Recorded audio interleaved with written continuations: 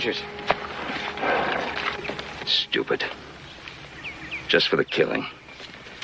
Not for food, not for anything. Just for the stupid, senseless killing. We haven't had trouble with poachers in a long time. I wonder where these came from. No, it's just one. See? So it's just one horse. Yeah. Bill, you go back and join Adam and Horse, will you? I'm gonna follow these tracks for a spell. Look, maybe I better go with you. This fella seems pretty free with a gun. Oh, you got a lot of work to do. Your brothers will need your help. Besides, any man do a thing like this isn't any backbone anyway.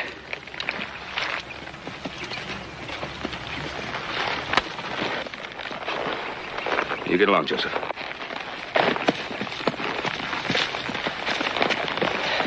Sure you don't want me to go with you? I'll be all right. You watch yourself, Bob. Yeah.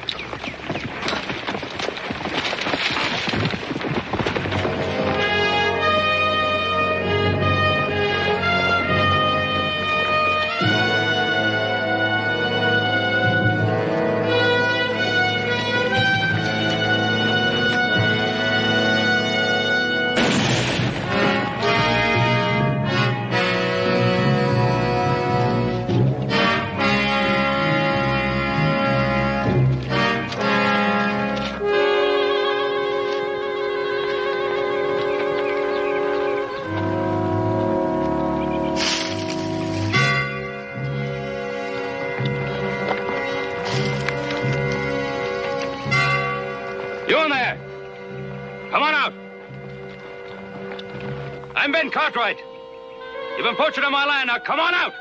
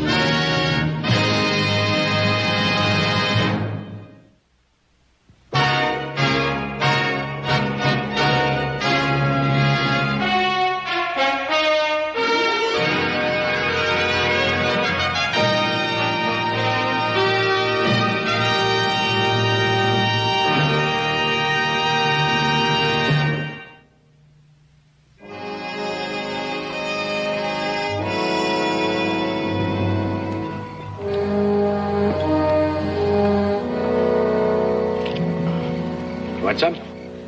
No, all I want to do is get home. How far did you say that was from Sacramento? When I left, it was 48 miles. I don't figure it's moved none in the last 5 years. It's a cinch you ain't.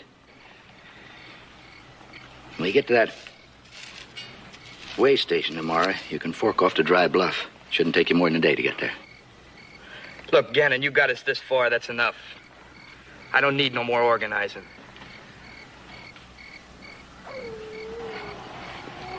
Hey, come on out of it. You'll be home tomorrow.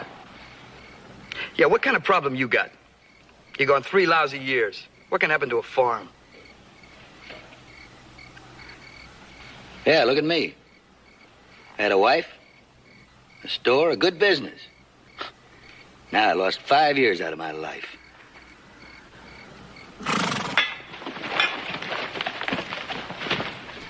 Anybody out there?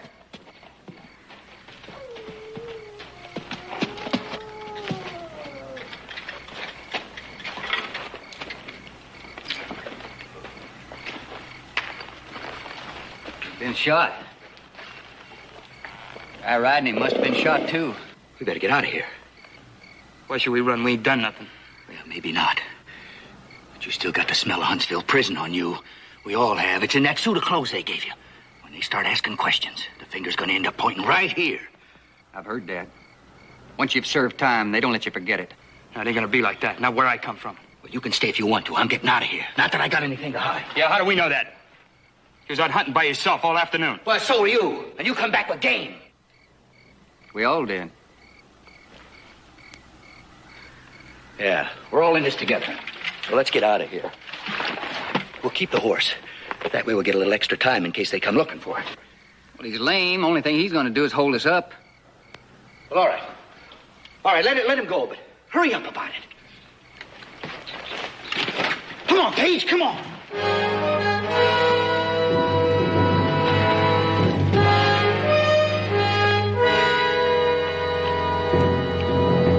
Stinking prison.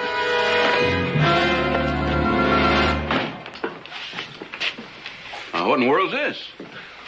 Well, I went out looking for some poachers this afternoon. We were worried about him when his horse came limping in with his saddle on. We rode back out to Oak Draw where Joe saw our Paul the last time. Found a campfire there. It looked like 2 or 3 men had been around. Found some of Paul's horse tracks there, but we didn't see no sign of our Paul.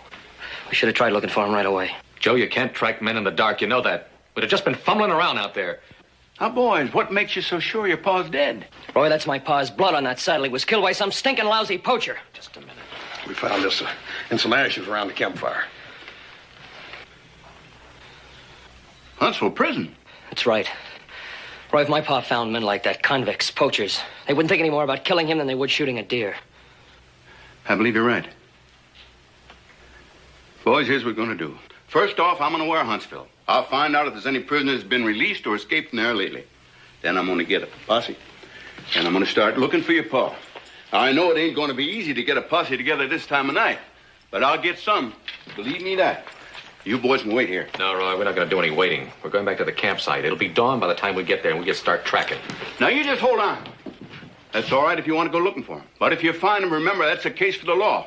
You remember that. Just get your posse together.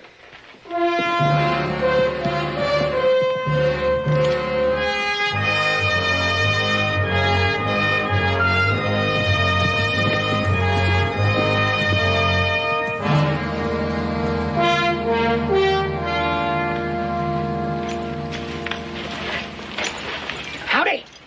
Howdy. Our name's Cartwright. I'd like to ask you a few questions. No, but I don't answer no questions. This is important, all right. Look, I just mind my relay horses and mind my own business, and that's all. Hello, look, I said we want to talk to you, old man. Now, look, you go fry a fish. I'm not scared of you. Now, wait a minute, Mr. What's your name? Pete's my name. Pete. We've been riding all night. We're kind of tired. My younger brother here's a little tireder and a little touchier than the rest of us, so... What he's trying to say is that we want to buy some information. Oh, well, that makes a mighty difference. You know, gee, this must have been my lucky day. You know, early this morning, 3 other fellas came in here, and they gave me $1, too. Other fellas? What fellas? Well, they rode in about dawn, and they gave me $1 to fix them up with some coffee and some beans. Well, that's what we want to know. Now, was there another man with him, an older man with gray hair? Nope, they were just young fellas, and they were in an awful hurry. How many of them were there? 3 young fellas, all hungry and all in a hurry. What'd they look like? Well, I don't know. You see, last week I broke my glasses, so I couldn't tell you what they looked like. What else do you know, aside from the fact that they were young? Let me see. Yeah, there was one. There was one they called Page. And then there was another fella, and he didn't have a coat. What else? Well, while they were eating their victuals, I took the horses down to the water trough to water them. And I noticed there was a rifle on one of the saddles, all covered in oilskin. I took a look at it, and it sure was a mighty fine rifle. They had a letter C on it. Yeah, it sure did. In silver. Does that mean something? Yes, it does. Now, do you remember which one of them had the gun? No. 3 men got on 3 horses and rode away. That's all. Which way? Oh, let me see. They went every which way.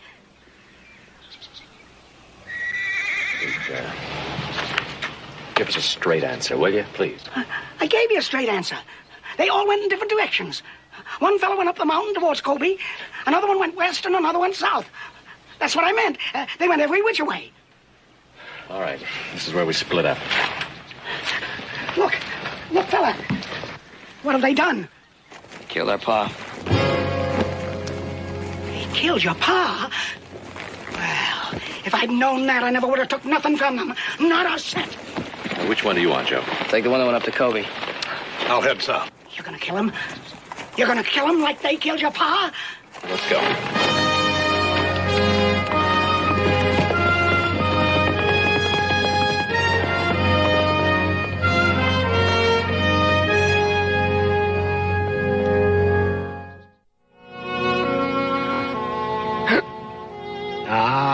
Now, you're gonna be all right, mister. You got Jacob J. Dorman's word on it. Where am I? Right now, you're recovering from 2 bullet wounds. Now, that one knocked you out long enough for me to get the one out of your shoulder. Yeah, I'm glad you came, too. I was hoping for some company. We still got 20 miles to Carson City. Carson City. Easy. I was due there day before yesterday. You cost me almost a whole day. I found you just off the trail. I couldn't leave you to bleed to death, and I was too far behind schedule to take you all the way back to Virginia City. I gotta get back. Are you in trouble with the law? No. I gotta get back to my ranch. Just outside of Virginia City. Ponderosa. Oh, the Ponderosa. Yeah, I think I heard of that. Do you think you can get to the wagon? All right, just take it easy. Move slowly. Slowly, that's it. Yes. Slowly there. Yeah, now, don't rush it. I'm all right. I got a friend in Carson City, a very good doctor. It might be smart to stop in and see him. Yeah, it's too far. I gotta get back to my ranch, the Ponderosa. I'm Ben Cartwright. Well, once we get to Carson City, I'm sure you'll be able to... It's too far. My family will be worried. Oh. I gotta get back to them. I don't know. Carson City's always been a big stop for me. Whatever it is up there. Well, I might lose as much as $70 or $80. Mr. Dorman, why don't you say you might lose as much as $100 even? Let's just say that. What's your family gonna think? You must have been gone 2 days now. You say 2 days? That's right. And I tell you, it's been a job tending you. Getting you to swallow water. You must be out of their minds with worry. You probably think I'm dead. Well, maybe they're out looking for whoever it is who shot you. Yeah.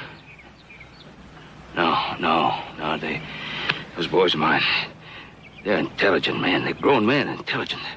They wouldn't do anything rash. That oldest boy of mine, Adam, oh, he's real calm in an emergency. Real calm. All right, let's try it again. I told you, mister, I don't know nothing. I just said if there was some money in it, I might be able to get a hold of someone. Well, I've got a hold of you, and that's all I need. Now we'll try it once more. He should have come through here sometime yesterday.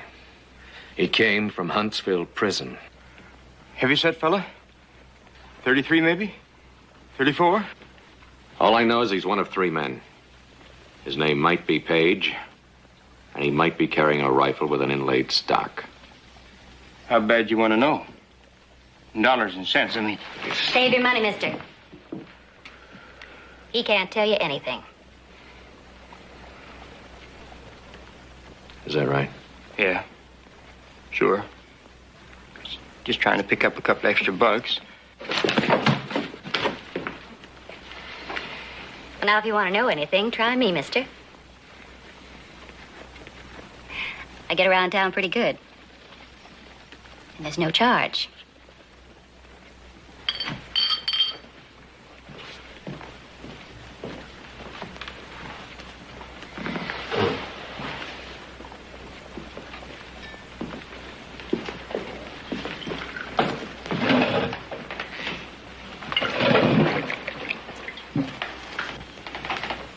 My name's Jeannie. Here. Compliments of the house.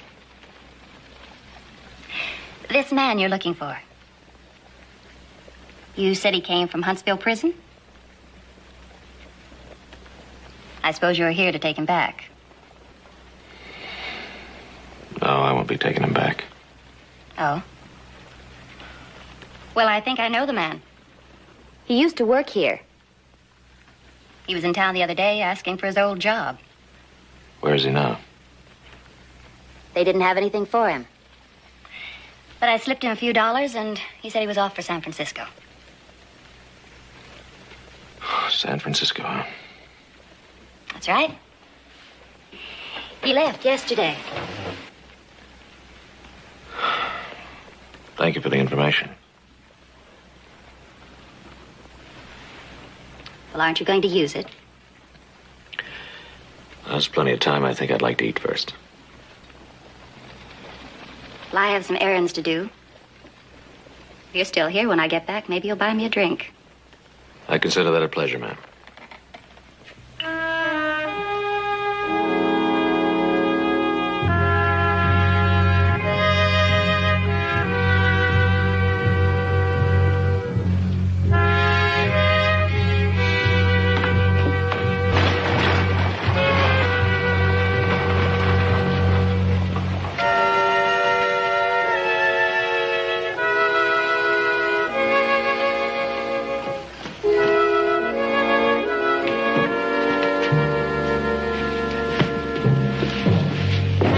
Honey, just look at this yardage. All the way from Kansas City. Oh, you did a much better job of choosing it than I could have. 5 years wasn't enough, was it? You in that prison, and me waiting in that saloon. What are you talking about? There's a man in the bar looking for you. You did pull something on the way here, didn't you? Honey, I swear to you. Didn't you? Well, there was this incident on the trail. It didn't amount to anything. I meant to tell you about it. Why don't you tell me about it? Who are you? What do you want? Tell you I didn't do anything. Just tell me about it. Well, there were 3 of us, and we were taking a shortcut across this ranch. The Ponderosa. Yeah, that was it. But we were just passing through. And that night, this horse came wandering into our camp. He had blood in his saddle. We got scared and we ran. Now, look, mister, I don't know what the rest of them did, but I didn't do anything. I swear to you. You knew a man was hurt, and yet you didn't go looking for him, huh? Well, we were scared. We just got out of prison. Now, who was going to believe us? Now, look, I know maybe we did the wrong thing running like that, but... Well, I didn't know who this fellow was, riding out there at night. That was my father. He found you poaching. You shot him. You stole his rifle. We traced his horse back to your campfire. No, you can't prove that. You can't prove any of that. You're just trying to shake me down for money. That's what it is, honey. You run on down and get the sheriff.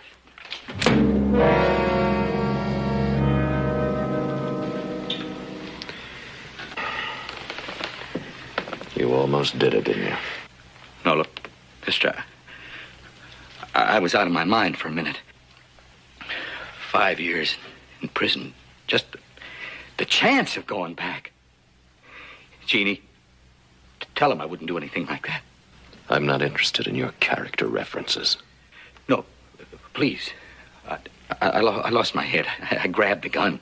Like maybe that was the way it happened that night, huh? No. Well, I'll tell you what. I'll wait for you outside.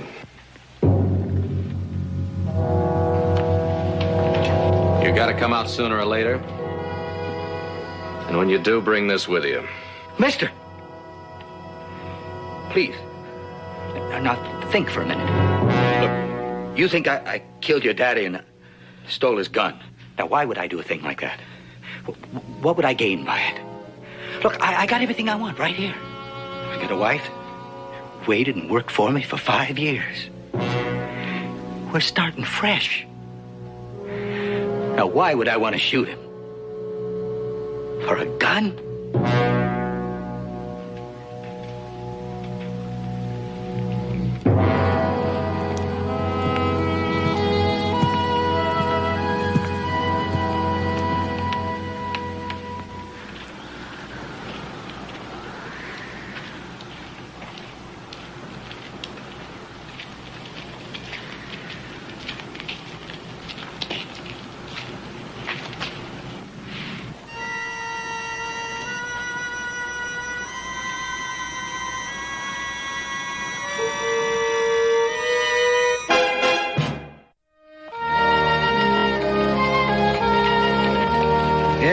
must be a fine thing to be blessed by the Lord with 3 strong sons.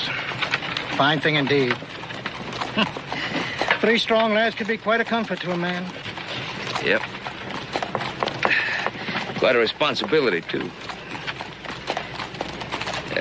Could you, get your horse to manage a livelier gait? I don't want my sons to worry more than they have to. Get up!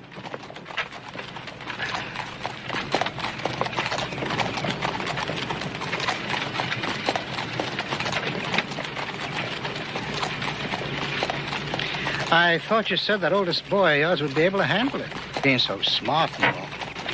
Oh, he'll handle it all right. But father worries, and nevertheless, you tend to see in your children only what you hope you'll see, I guess. No, I don't think Adam could do anything without giving it some real deep thought. Any more than Hoss could do anything without giving it some real deep feeling. Hoss? Yeah, my middle boy. Hoss, eh? Strong back, I bet you, but kind of slow. Yeah, he's strong. But if by slow you mean slow to anger, slow to condemn, or slow to hurt living things, yeah, I guess you might say he was slow.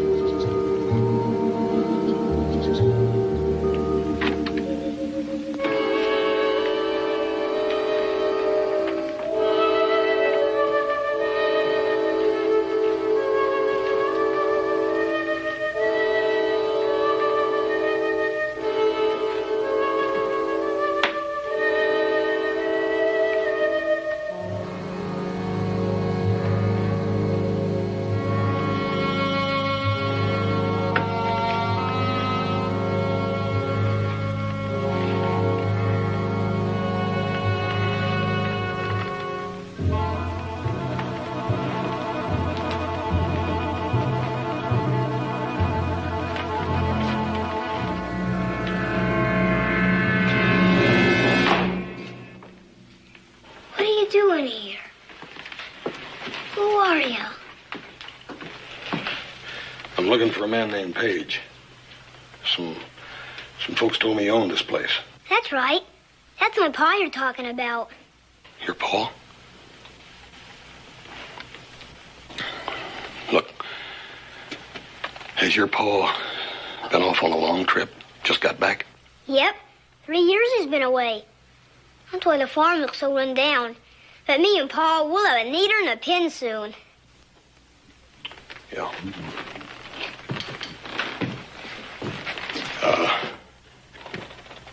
Where's your pa now? He's working the field. What do you want to know for? You a friend of his? Let's just say I know your pa. Why do you say so? Where were you stationed with him? Stationed? Yeah. I bet it was Fort Pierce, when he was in the artillery. You're too big to be in the cavalry. He was in that, too, you know. No, I didn't know. My pa was away in the army for 3 years. My uncle read me all his letters, though. So if you was at Fort Pierce with him, I'd know all about you. Yeah, well, maybe he just forgot to mention me or something. No, he wouldn't have. He never forgot nothing. There was a Corporal Jackson at Fort Pierce. Pa said he's pretty fat. Look, ain't you got someplace you're supposed to be, boy? Danny Page. Hoss Cartwright. I don't know. Has Pa ever mentioned that name? Look, I knew your pa, and that's all there is to it now. Why don't you run along and pester somebody else, huh? Sure.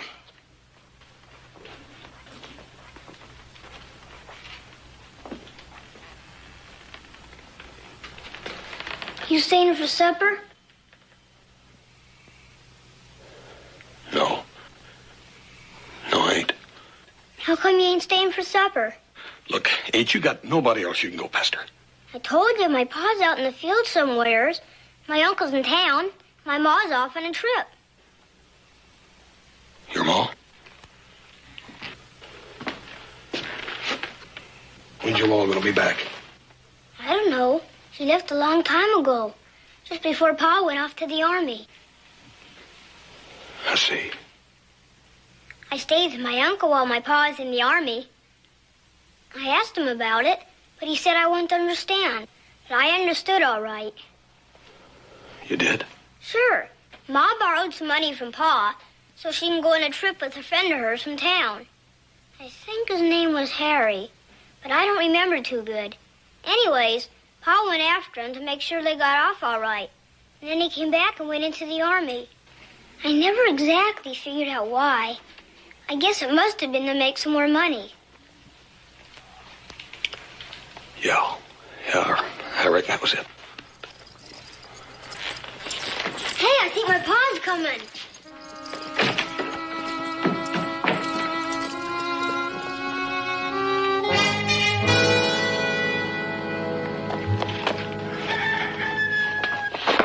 God. Hello, son. Hi, Pa. A friend of yours in the army come to see you. He says his name is Hoss. Cartwright.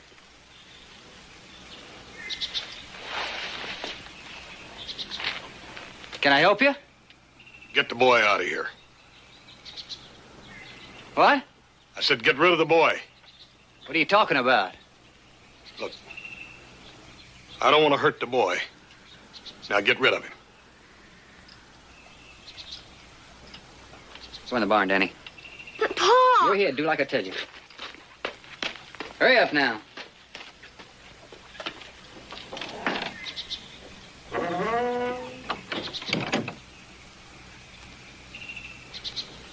Now, what's all this about? I'm after the man that killed my father. I don't know what you're talking about. What's that got to do with me? 2 days ago, you and two other fellas from Huntsville Prison rode across our ranch. My pa caught you poaching and you shot him. You got no proof of that. I got all the proof I need. Now you're gonna pay for it. But please, mister, I ain't never killed nobody. Sure you ain't. That's the reason you spent 3 years in the penitentiary, ain't it? Because you ain't killed nobody. You killed your wife, didn't you? You don't understand. She deserved to die. You decided that, didn't you?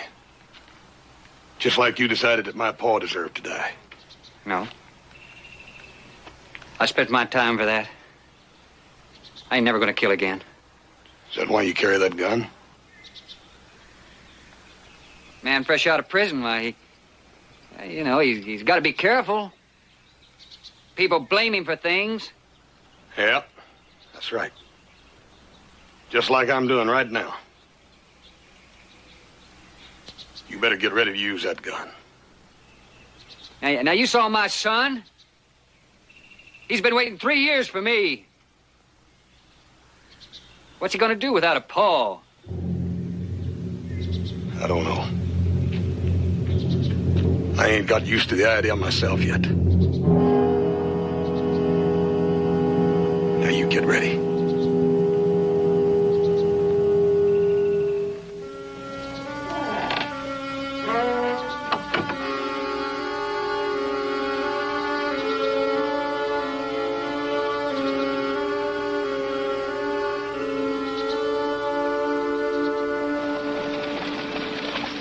Ben, there just wasn't any other explanation. What with you missing and the horse coming back and the blood and all?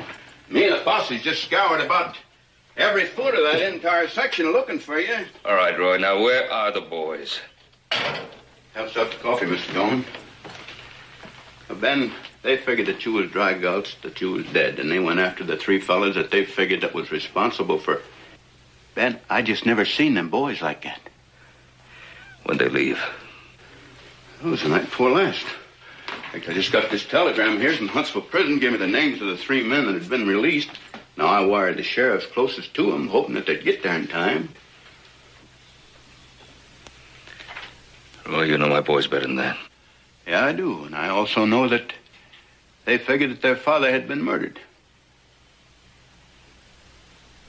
Here, take this coffee. I'm going over and get the doc. Be good for you.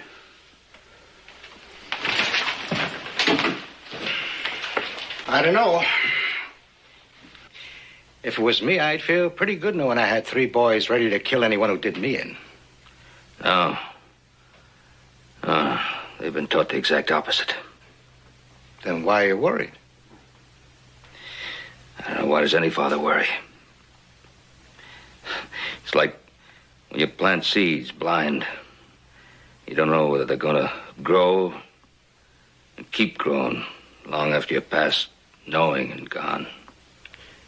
From what you tell me about your two oldest boys, it don't seem likely they're too apt to go against what they've been taught. You, didn't tell me much about your third boy. I don't know how much I know about that third boy of mine. He's quick-tempered. Sometimes I see an anger in him that...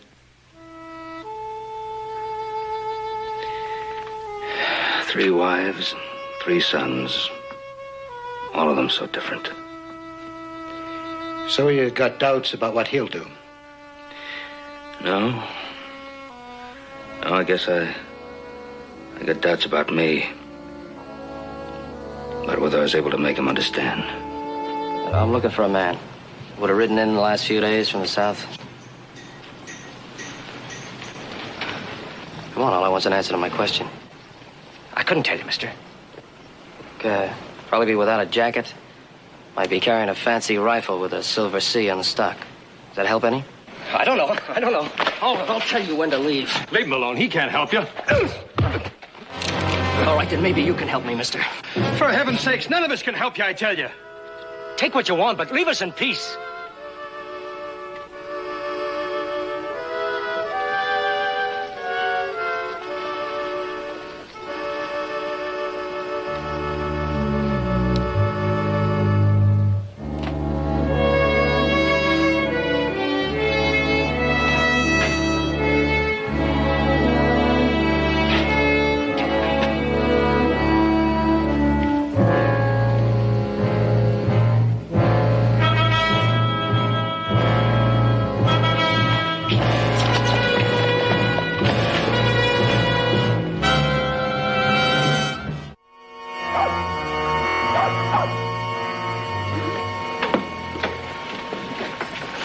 Everybody's here like you asked, mister. Bartender, give me a pen and a piece of paper. Now, look, we've been here all afternoon. Nobody's going to tell you nothing.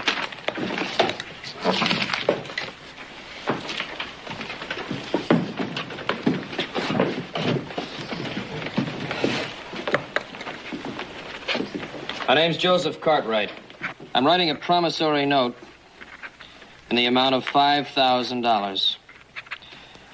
This note will be good in any bank in Virginia City. You all know the information that I'm after. The man who gives me that information will receive this money.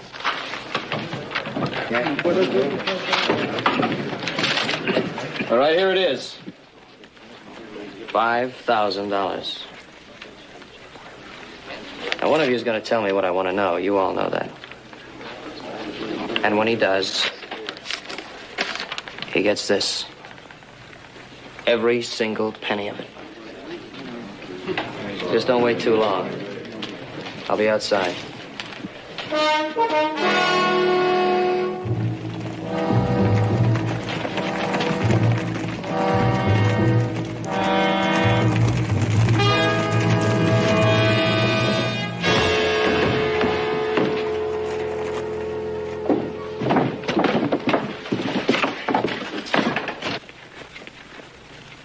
that him? That's the man, Colonel. We told him nothing, Colonel. He even tried to bribe us, but we told him nothing, Colonel.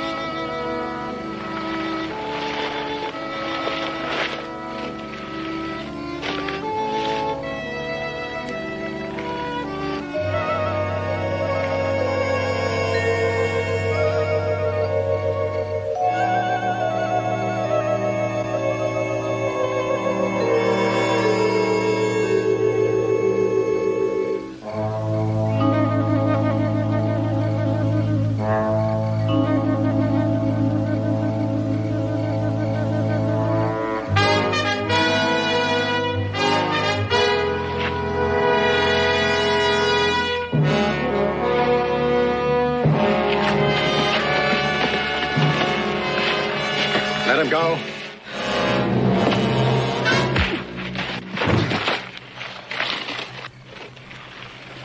I'm Colonel Abel Chapin. These are Chapin men, and that's Chapin dirt you're eating.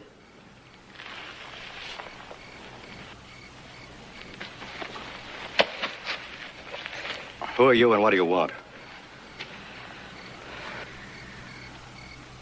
I've been looking for him. What do you want with him? I want to kill him.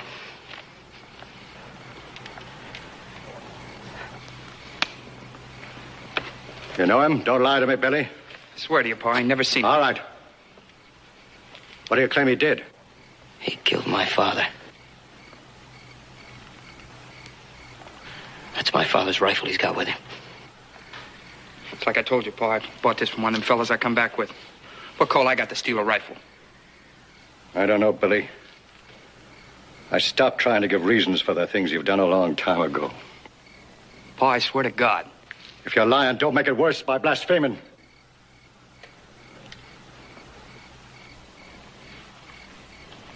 I'm gonna let you go. Pa. Shut up. I'm letting you go, but come back here and you're a dead man. Come dawn, you look around.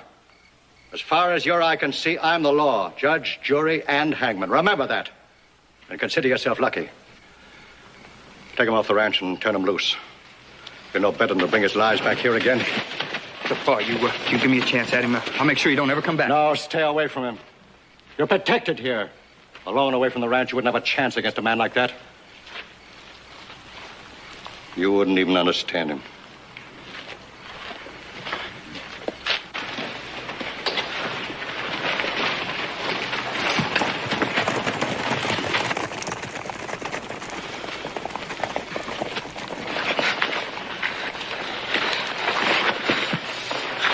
All right, let him go.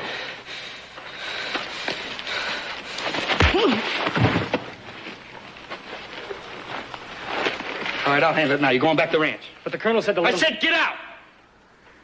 If anything should happen to him. Ain't nothing gonna happen to him unless he tries to escape. Now get out! Go on, move. You hear this Billy Chapin talking? Now move!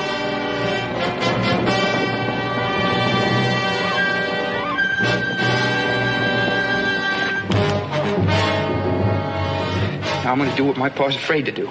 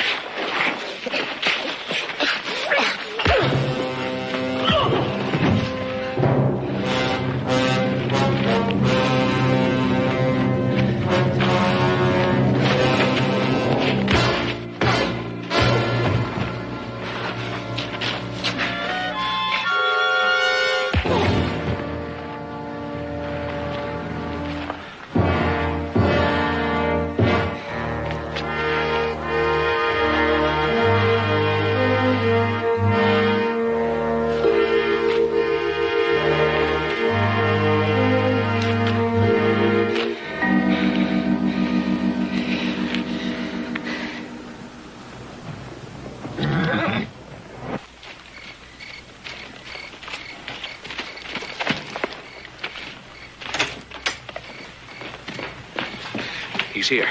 He's gonna be all right. Hey, Paul. Paul, doggone it. I thought you was gone for sure. No. What happened? Oh, some fella took a couple of shots at me. Couldn't see who it was, though. A feller? You mean there's only one of them? Yeah, just the one fella. Just the one. Mr. Dorman here, he found me lying on the trail. Picked me up and took me along with him, and before I come to, I was on my way to Carson City. How are you, sir? Your brother just told us what happened to him. How about you? I found my man. But I couldn't go through with it. What he said to me made sense. I couldn't get it out of my mind. Couldn't do it. What'd you do with him? I left him with the sheriff there, holding him for an investigation. Us? Well, pretty generally the same thing happened to me, Paul. I found my man. He had a little son, cute little feller. I just didn't have the stomach to go through with it. I don't reckon that makes a whole lot of sense. Oh, you know, it makes a lot of sense, son. In my business, a man can count himself lucky if he's 2/3 successful. Little Joe ain't back. You boys have been riding quite a bit. Why don't you get up to bed and rest up? Well, Doc said you ought to get some sleep, too, you know, and don't worry about Joe. He's hot-tempered, but he's still one of your sons, Paul. Why don't we all go to bed?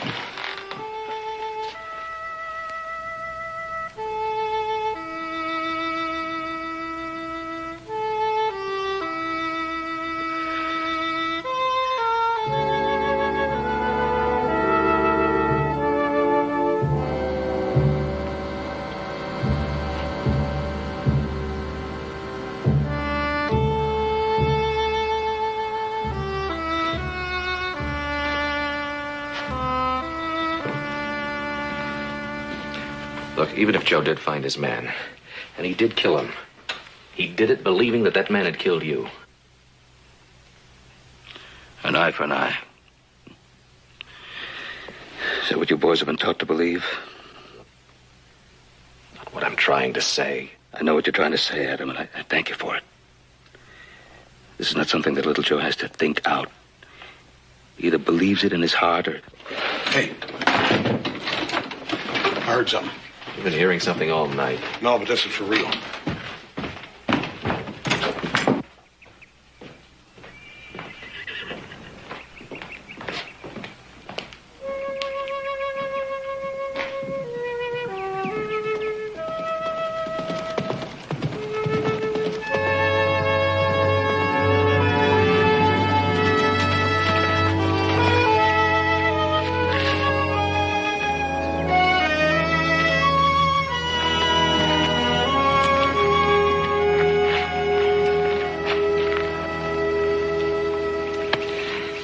Coffee told me you were all right. I was afraid to believe it. How do you feel? I'm fine, boy. Fine.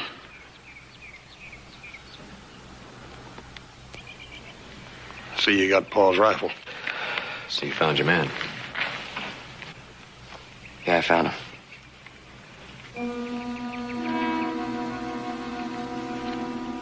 Joe?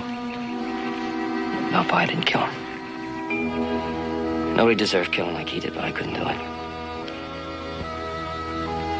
Had your rifle pointed at him, had my finger on the trigger, but I just couldn't pull it. Maybe it was because it was your rifle. Took him to his father. He confessed. Sheriff Coffey's gonna go out and pick him up sometime tomorrow.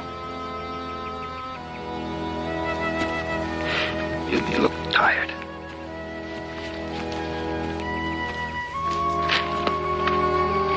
Tom? I haven't paid you what I owe you. I Kinda lied to you about Carson City. Never was much of a stop for me. Never done more than $4 worth of business there in my life. Even so, Mr. Dorman, I feel I owe you a great deal. I've been paid. I hope you'll come by to visit next time you pass this way. I'll make a point of it. You're a very lucky man, Mr. Cartwright. Thank you.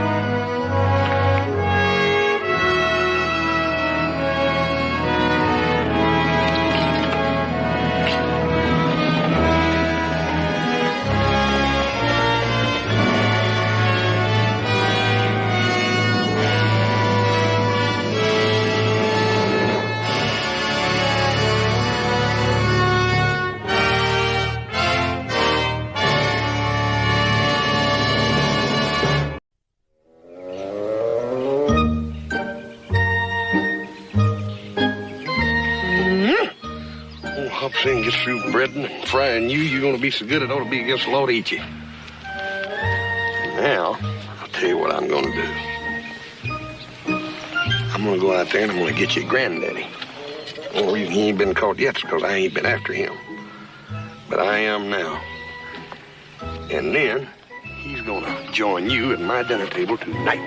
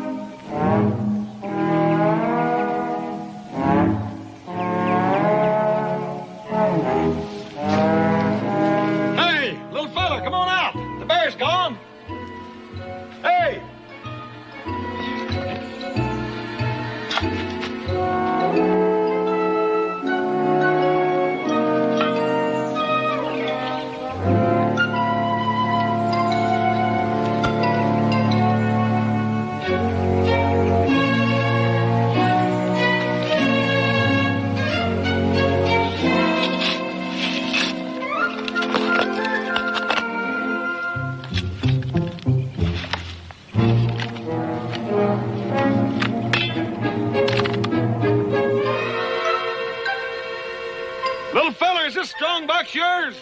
Now, I know you can hear me. You couldn't have got that far away. You better come on out here and claim it. Right now, I'm going to open it.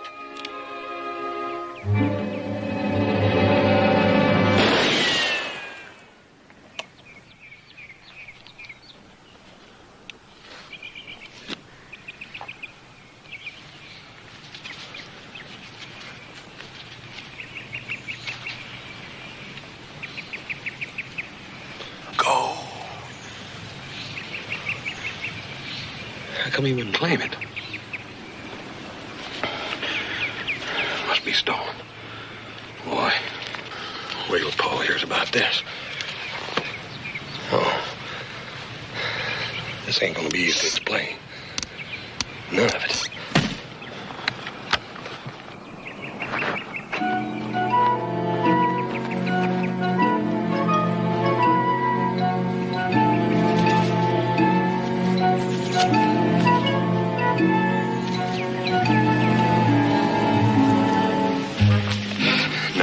Believe this, Paul. Funniest thing happened to me today down at the fishing hole.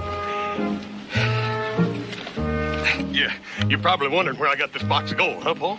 Well, you see, there was this little green elf. Green elf.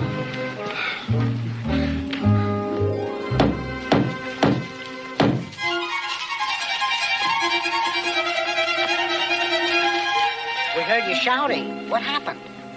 I was depositing the gold dust. Before I finished burying it, a bear got after me. Then a giant ran down and chased the bear away. A giant? Biggest man I ever saw in my life. And he found a strong box and walked off with it.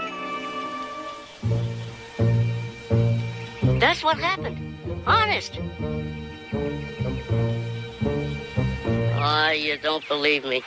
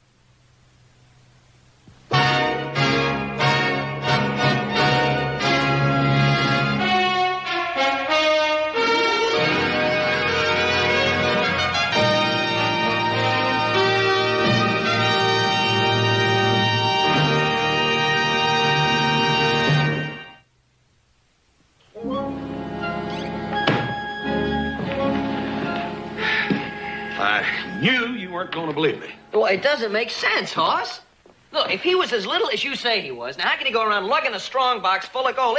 This thing is a load for any one of us. Let's look at it this way. If there is a little man running around... If, Paul. If is all I've been hearing. There ain't no if to it, Paul. I seen him with my own 2 eyeballs. A little man no bigger than that. I seen him. Right.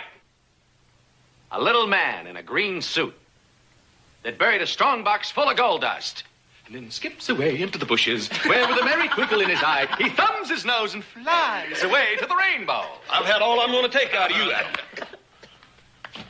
Paul, how come nobody will believe me? I'm just telling you exactly what I seen. If it sounds sort of crazy or something, it ain't my fault. Of course it isn't. Look, what he says must make some sense because there it is. It's a strong box. It's real. It contains thousands of dollars worth of gold. Must have come from somewhere. Right. Yeah, and I imagine somebody's pretty anxious to get it back. Well, we can stand around here talking about it all night. Tell you what, tomorrow morning we'll ride in and see Sheriff Coffey and tell him the whole story. Maybe he can help us. You're not going to let him tell that story in town. Oh, no, Papa, you can't do that. They're going to laugh at us. They're going to think he's loony. We're going to try to get to the bottom of this.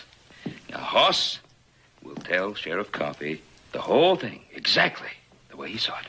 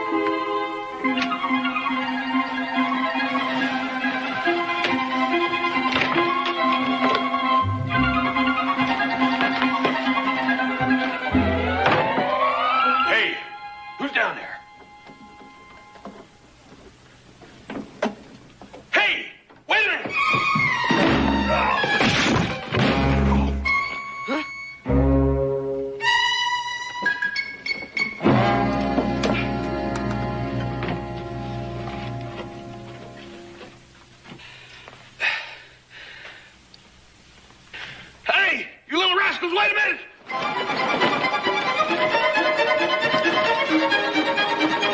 Hey!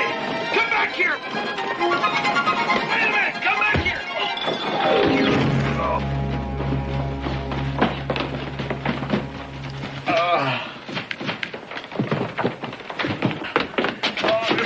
Whole bunch of them little green fellers, boy, just like the one I saw out in the woods. That little horses, nothing bigger than good-sized hound dog. Oh, he's really hurt himself this time. Boy, I gotta catch him, little rascal. Of course you'll catch him. You'll catch him. Well, we could if we'd hurry. All right, just calm down. Adam, little Joe, go outside and look around. What are we going to look around for, Pa? I got to have something to look around. You heard what he said. We look for little green men riding on hound dogs. Now, I'll go out and check around the house, and you look for a butterfly net just in case. Right, butterfly net. What? Oh, you got a good lump coming up here. Come. I better get something to put on it. Hey, Paul, look.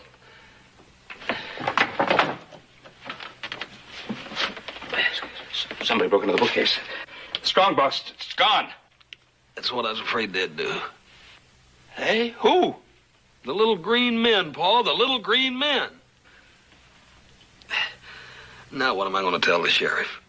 The only part of my story you believe in the first place is the part about the gold, and only then because I had that box to prove it. Now what am I going to tell him? Well, you tell him...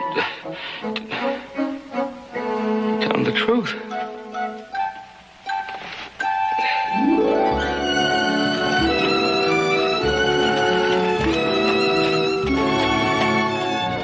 And you say that Adam and little Joe couldn't find a trail, huh? Well, it was, of course, it was dark, and they had a pretty good head start on the boys. Look, Roy, you see, these little fellers, they got a way about themselves. They just disappearing into thin air.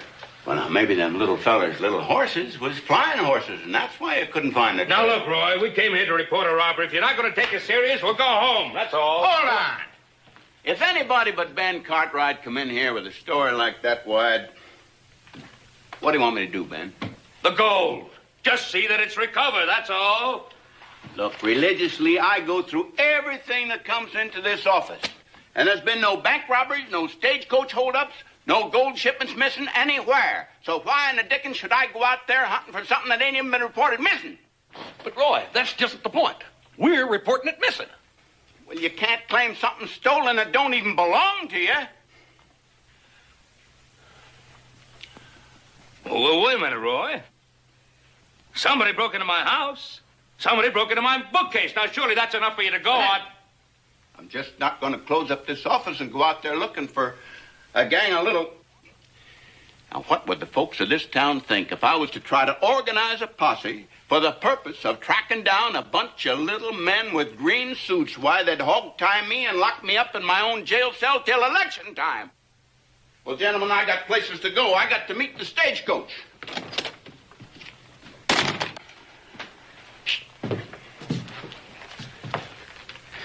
He didn't believe a word of it, did he? Well, it's not a question of believing, son. It's... Don't make no never mind, Paul. If somebody came to me with a story like that, I'd be at least interested in it enough to look into it. Yeah, well, listen, while I'm in town, I think I'd better go and pay that grain bill.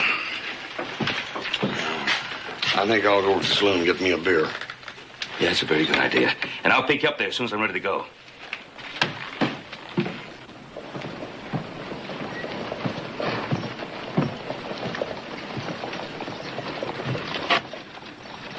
Charlie, stage on time today?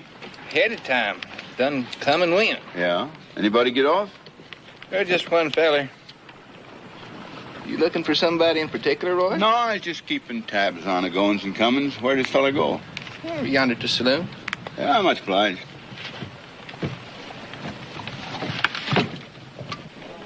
Well, like I said before, he's right down the street. You saved yourself a trip. Here he is now. Well, hello. Pleasure to meet you, sir. McCarthy's the name. Professor James Aloysius McCarthy. I assume that you're the bulwark of local law enforcement? I'm the sheriff, if that's what you're talking about. That's exactly what I'm talking about. I think perhaps maybe you can help me. I was wondering if you'd noticed any strangers passing through this fair city of yours of late. No, there hasn't been a stranger in this town in a month of Sundays. Oh.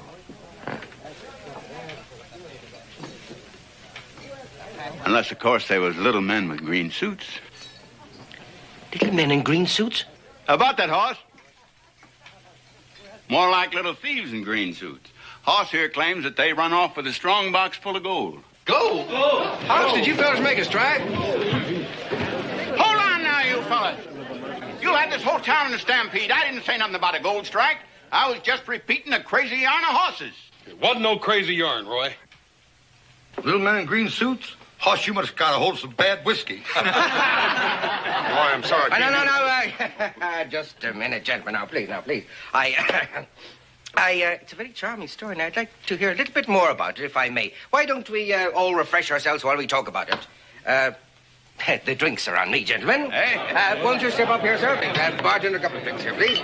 Hoss ought to give an eye tooth to see out there fumbling around after them little green men you dreamed up. That burn it, Roy. I didn't dream them up. I seen them. Of course you now, gentlemen, please. What's the matter? In my country, it's very bad luck to laugh at the little people. Where do you come from? Ireland. Oh, excuse me, Professor McCarthy. This is Hoss Cartwright. Oh, Mr. Cartwright, it's a great pleasure and an honor to meet such a fortunate man. Yeah? Well, only once in a lifetime, and maybe not even then, is a man privileged to meet another man who has actually seen a leprechaun. A what?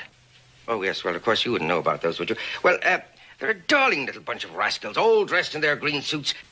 But are you sure these little fellers I seen are... Leprechauns? Of course I am. Everything fits.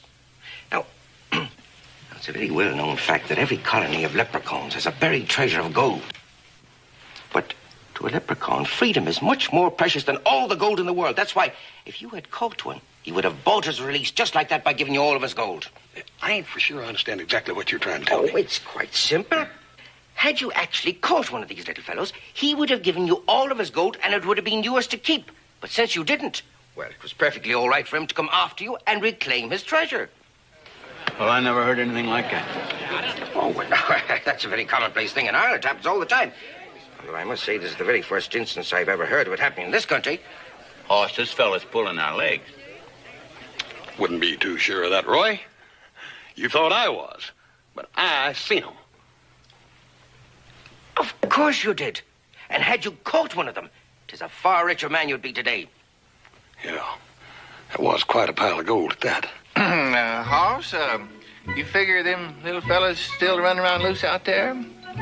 I reckon so. I reckon there's any way of knowing. Hey, where you going? I think I know where he's going. Hey! Wait a minute! Hey! Hey, what's going on around here? Wait a minute! Hoss! You come back here now. What's going on here? I'm sorry, I didn't mean to run into you. Oh, I gotta hurry. Wait a minute! Where do you gotta hurry to? Oh, I gotta go keep them claim jumpers from getting our gold. Of course we do. Of course we do. Oh, I gotta hurry. I know you gotta hurry, but let's hurry very slowly, shall we? Let's just be calm. Just be calm about the whole thing. Hoss! Let's go inside and get out of this hot sun. Oh, I gotta get a bridge.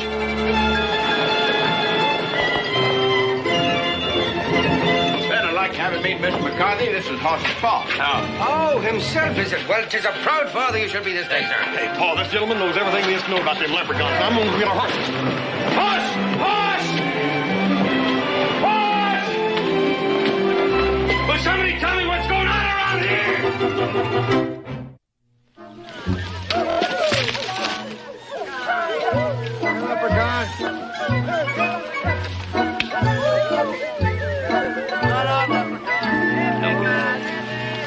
I just don't believe it. Here, leprechaun.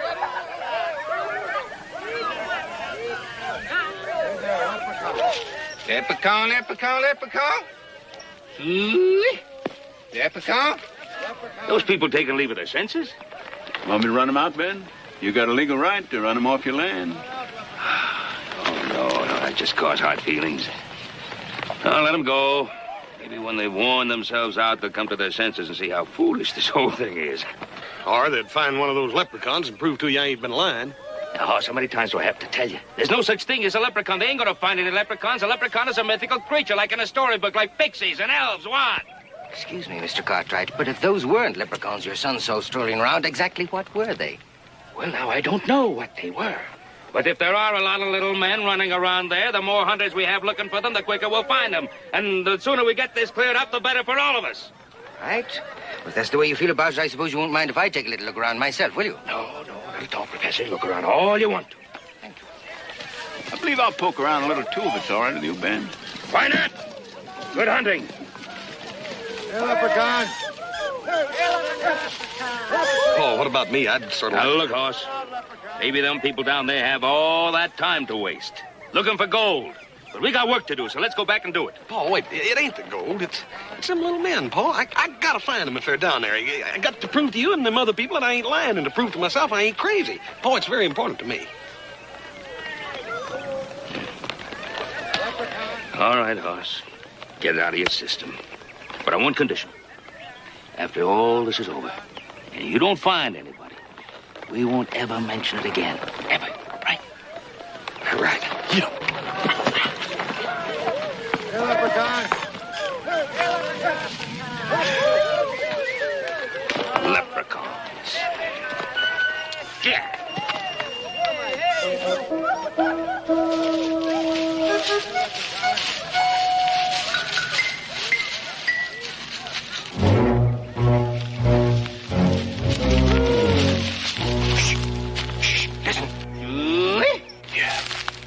Sounds like it's coming right over there.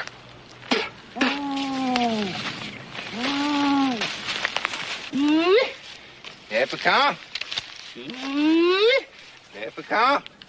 Ah! Hoss, you dang near scared the dickens out of me. Charlie, look, if you're going to catch one of them little boogers, you're going to have to pay more attention to what you're doing and quit running around so dang much. Hoss, there's one in back. Charlie! That's Roy and the professor. What are you trying to do with that thing? You're going to hurt somebody with that. Excuse me, Sheriff. I reckon I'm a mite jumpy with all the excitement. Well, now tell me, has anyone seen anything yet? Nary a sign. Most of them done give up and went home. And they're a mite peeved at you, Hoss. They figure that you made up the whole story all along. Well, I tell you what, gentlemen, why don't we give it up for the day? I'm so tired I can't stir another step. Well, there's still about an hour of sunshine left. I reckon I'll stick with it a while. Now, y'all holler if you see anything. Ooh. Ooh. I got me one, Charlie. I got me one. You lop-eared jackass, it's me that you got.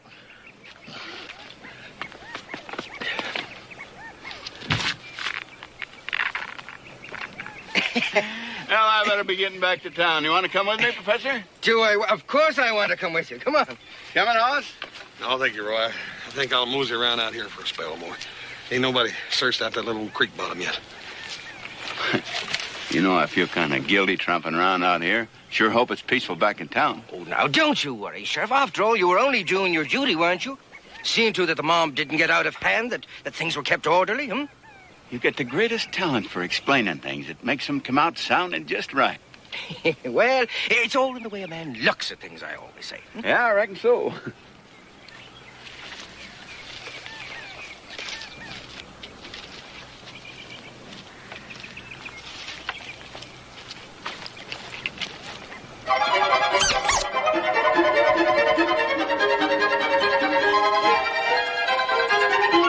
Huh? Did you see something?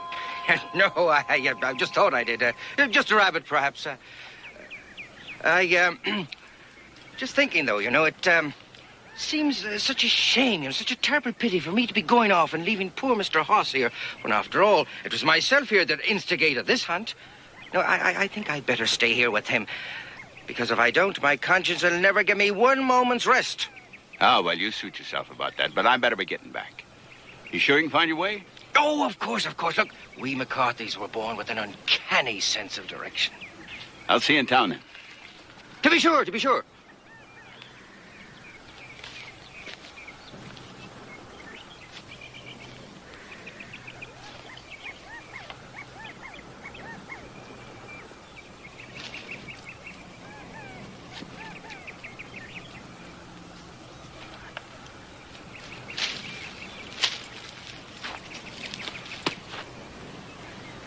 All right, now, lads, you can come out. Well, come on out. I know you're here. Come on out, lads. You've led me in a merry chase up to now. Your old friend, but it's all over, so come on out.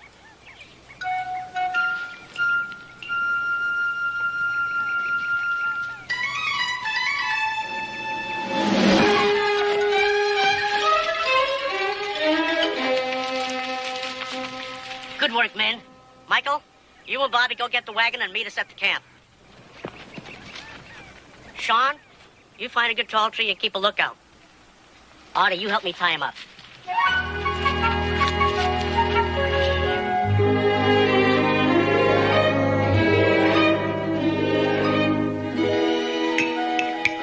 Well, it's the first time I ever knew Hoss to miss a meal. Yeah. Should have been home by now. You want me to go out and take a look for him? That's a good idea.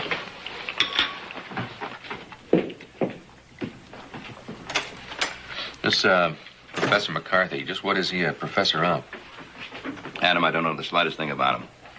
But I have a strong suspicion that he's tied up with this whole thing in some way.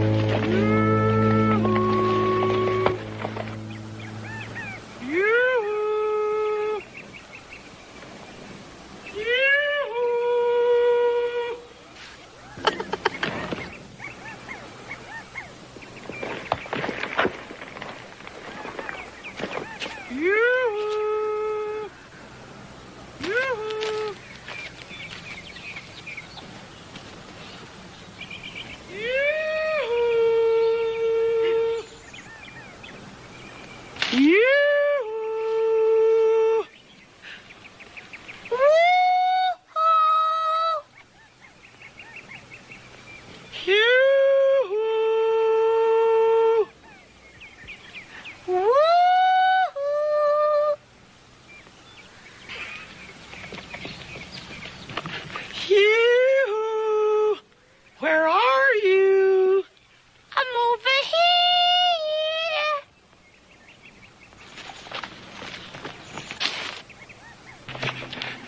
Now, don't you run away.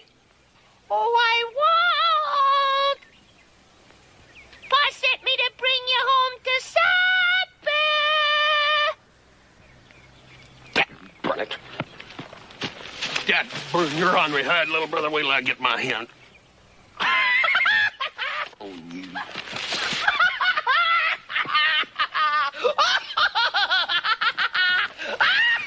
Burn it. I reckon you think that's pretty funny, huh? Don't hit me. Peekaboo. Burn your ornery. I can't stand it.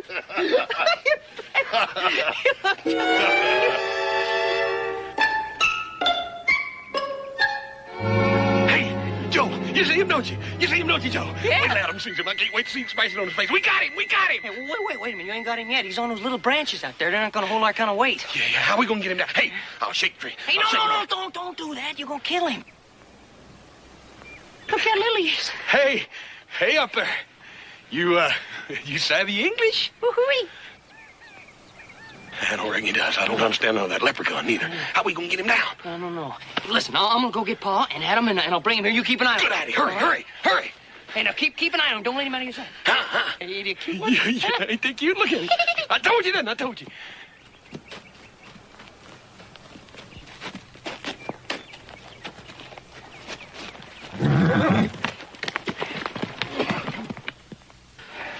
I think I have a systematic schedule here that'll let us replace the whole 56 miles of fence over the next few years without having to... Well, what's wrong? Look, you go out and saddle a couple of horses, and I'll fill some lanterns, and I'll just feel better going out looking for those two. I know, Hoss. I think you're right. Hey, Paul, Adam! Adam, Paul, where are you? Hey, Paul, Adam! Paul, we got one. We got one up a tree. One of those little men. Now, I know what you think, but I saw him with my own eyes, Adam. I saw him. Hoss has got him back up there, and he's keeping him for us. Now, come on.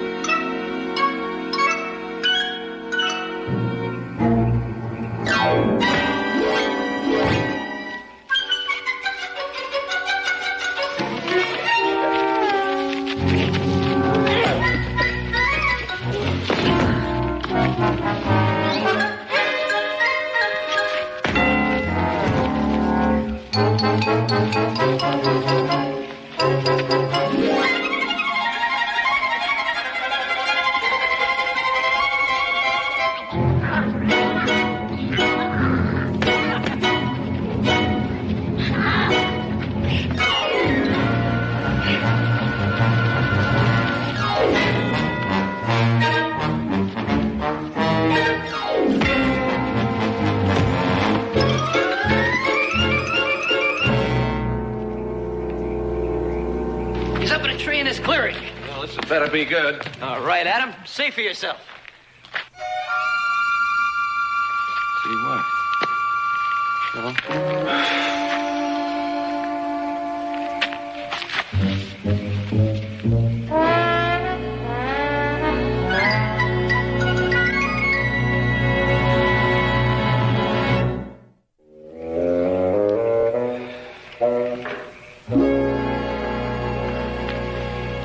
Paul, I'm telling you, those little men is coming at me from every direction. It's coming out of the trees, out of the bushes, up out of the ground. Paul, this place is crawling with them little green men. It's coming at me from up, down, sideways, everywhere, Paul. You ain't never seen nothing like it. I saw one of them, Pa.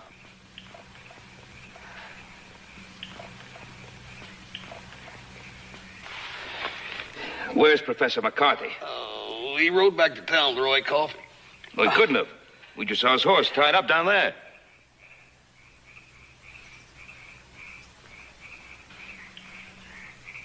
Hey, there's something mighty funny going on around here. I knew it would come to him sooner or later. You just have to give him time, you know. Will you two fellas go and see if you can find the professor?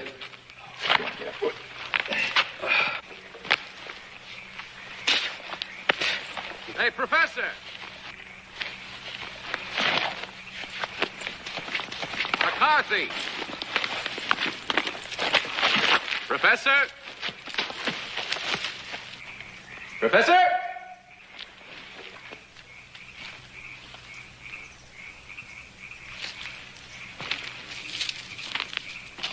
Hey, Joe! Pa! Hoss! Come on here. I got something.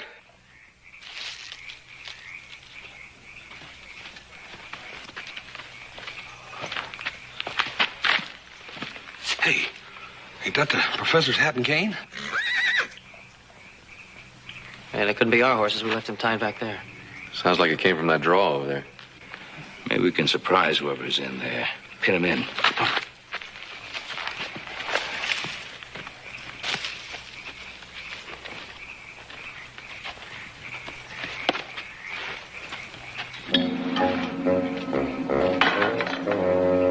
What'd I tell you, Paul? See? Little green men, just like I told you. Adam, you smart aleck. Now what do you say? See him? I saw one of them, too. I don't believe it. Now we know where the gold dust came from. Just in time. Oh. Well, they're starting to break up camp. We gotta stop them. Spread out. Now, wait till I get my signal.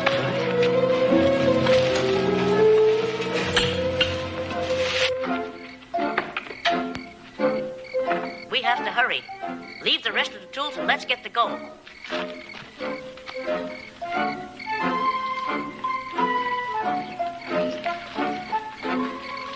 All right, boys, let's get him.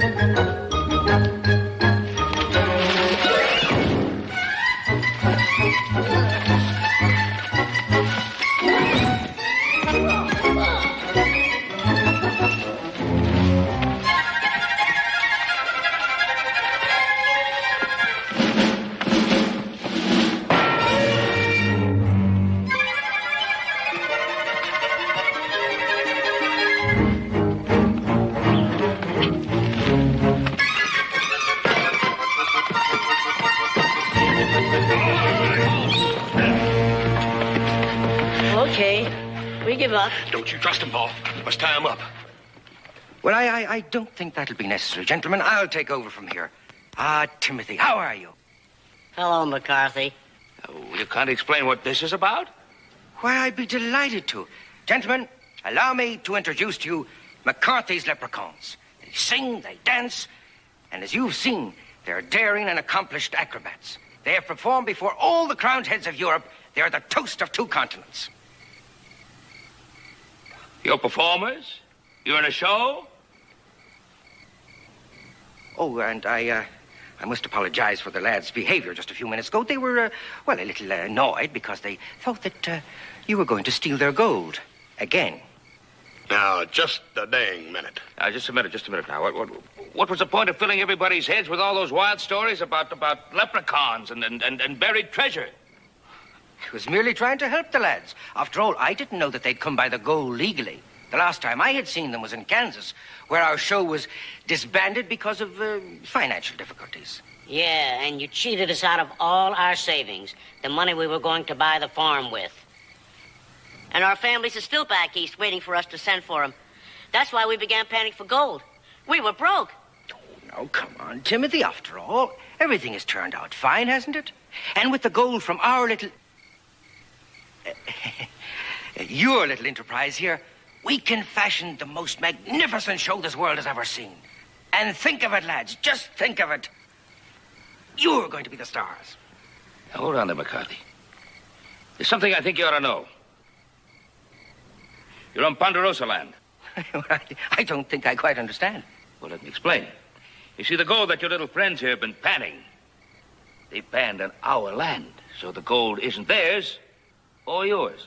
We didn't know that. Honest, we didn't. We thought it was open land. Well, now this it's a different complexion of things altogether. Yes, well, we'll have to attack this problem from another angle, I can see. Gentlemen? All right now, lads. Since we've got the gold, let's be off. No, McCarthy. We won't steal for you. The gold belongs to these people, not us. Come on now, Timothy. After all, you've only got one of 2 choices. A simple little bit of larceny or bloodshed. And I imagine that you'll choose the former, eh?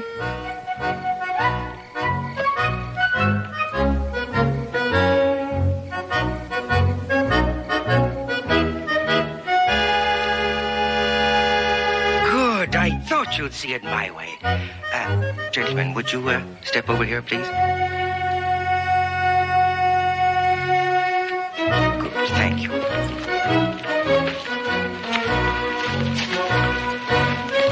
Thank you for your hospitality, gentlemen. Thank you. Now it is with a great deal of sorrow that I bid you.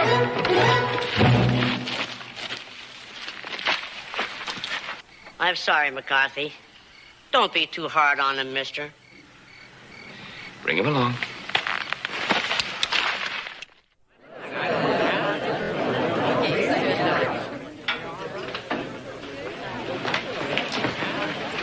Well, Mr. McCarthy, you can thank the Cartwrights here for not bringing charges against you. And once you're on that stagecoach, I want that to be the last time the Virginia City ever sees you. The old refrain, eh, lads? Mr. Haas, I understand congratulations are in order, huh? All the gold goes to you, I'm told. As the old saying has it, them that has gets. Oh, I'm afraid not this time, Mr. McCarthy. We figured on giving the gold back to these fellers. You what? Yeah, we figured that they got more of a right to it than we have. Well, I'd like to hear how you decided that. Well, Roy, where'd that gold come from in the first place? Up in the high mountains, right? Now, they ain't on the Ponderosa. I figure if these fellers hadn't panned that gold out, it'd have gone right on out to sea and nobody'd have benefited from it. But they were standing on your land while I was doing the panning. That don't make no difference, Roy. That gold never did belong to the Ponderosa in the first place. I figure it was just sort of passing through. What a charming idea. Hoss, by all legal rights. Roy, I think what Hoss is trying to say is that regardless of who has a right to the gold, he feels that the gold should go to where there's the most need for it. And this way, that gold will help 5 new families get started on a new life. Oh, I don't know what to say. The only thing I wanted to do in the first place was just prove that I didn't dream you little fellers up. I don't suppose that you gentlemen would like to come along with me, eh? No, Professor, I'm sorry. We just don't want to be performers. No, I didn't suppose you would. We just don't like being laughed at all the time. Laughed at? Well, now, listen to me, lads, listen. None of us in the show ever laughed at you. But those people outside there, they'll laugh at you. Oh, it's a very beautiful dream you have, settling down with your loved ones, farming your own land, leading normal lives. The only question is, will they let you?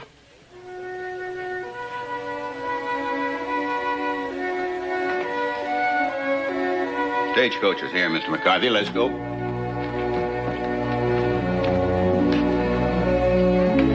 right. Howdy, folks. Excuse me, please.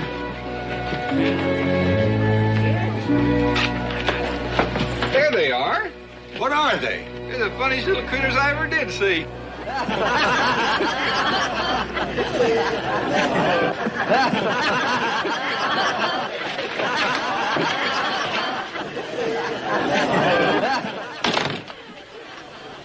Maybe the professor's right. Maybe we shouldn't try to live out among other people. Maybe we just don't belong. Now, wait a minute. Just hold your horses a minute. Don't you go selling those folks short out there. Don't you see, you're making the same mistake they're making.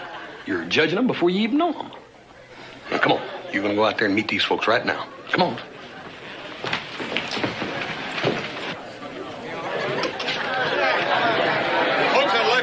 Move down here. I got something I want to say to you. Concerns every one of you. I want you to hear it. Hold out.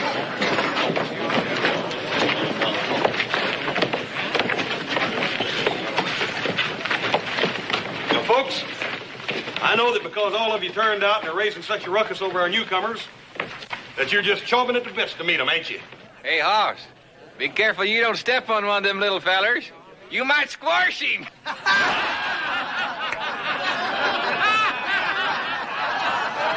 Charlie, you be careful you don't get stepped on a little bit. Now, folks, I know that none of you would purposely or mean to hurt anybody's feelings. But Timothy here and the others feel like that they ain't welcome here. They think you're making fun of them because you don't want them around. Of course, you've noticed that they're different from you. They're a whole lot littler. Well, there's a funny thing. You see, I noticed the same thing about you.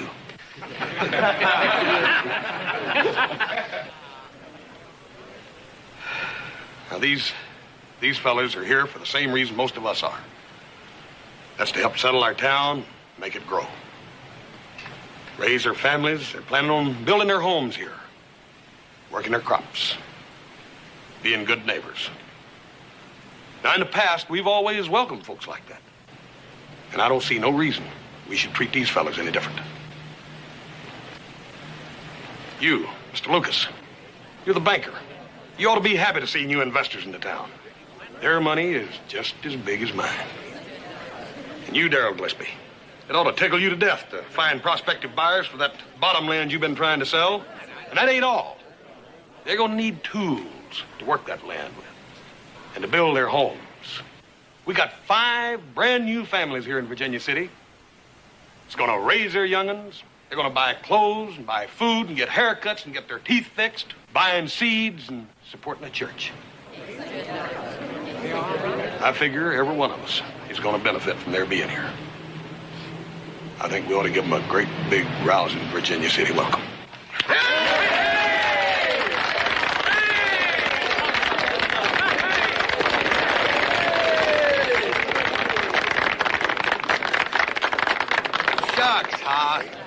We wasn't making any more fun of them than we do of you for being so big. Dorsel's right, Hoss. I reckon they're as welcome here as any of us. Probably more welcome than some of us.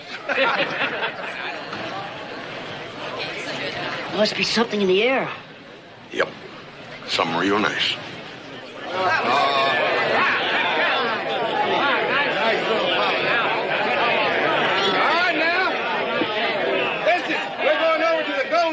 And we're going to have a toast to our little friend.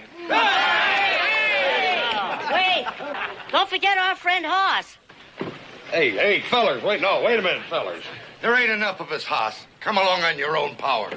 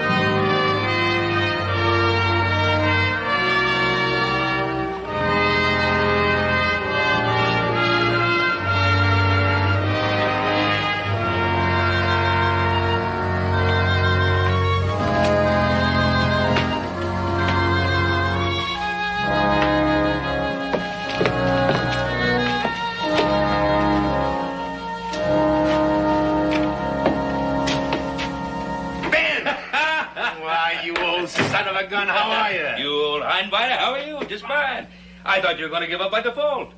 Oh, you know me better than that. I guess I do. No, I figured I had plenty of time when my informant told me that the bidding was down to just you and me. Your informant? You mean your spy? Well, sometimes that works out pretty good. I remember once taking a contract for 3 ships away from you through the aid of a spy. Yeah. She was a redhead, wasn't she? Yeah. Well, that was a long time ago. I was a little younger then. We've had some pretty good tussles through the years, Ben. Yeah, sure have. Never had a dull one. No, and there never will be. And I'll buy a drink to that no matter who gets this contract. All right, I'll take you up on it. Shall we go in and find out the bad news? After you, Ben. The lost has been found, gentlemen. Mr. Fuller, we've all been waiting for you. Now we can get down to business. Gentlemen, Mr. Fuller, Mr. Cartwright. Gentlemen. Well, this is it, gentlemen. The way it'll look when it's up. It'll take a lot of lumber, and we'll need it fast. And of course, we'll expect the contracting company to put up the usual guarantees that they can handle it. The sooner East and West are connected by rail, the better for the whole country. It's a big, important contract. Frankly, we had a very difficult time deciding between you two gentlemen. Although there is a contract for some more material. Speaking for my boys and myself, I think we consider it a privilege just to be part of this project. Any part. Well, I'm afraid I'm not as gracious as Mr. Cartwright. I'm after the trestle, not the tailing.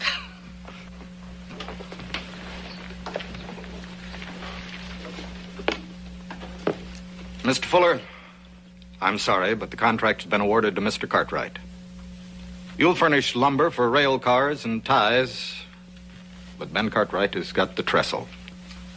I'll have the contracts and the specifications drawn up by this evening. Congratulations. Thank you. Gentlemen, thank you. Thank you very much. Barney, I hope you're not too disappointed. Are you sympathizing with me, Ben? No. Gentlemen, I have a healthy stand of timber just waiting for the saw. If anything happens to Mr. Cartwright, the railroad can depend on me to finish the trestle.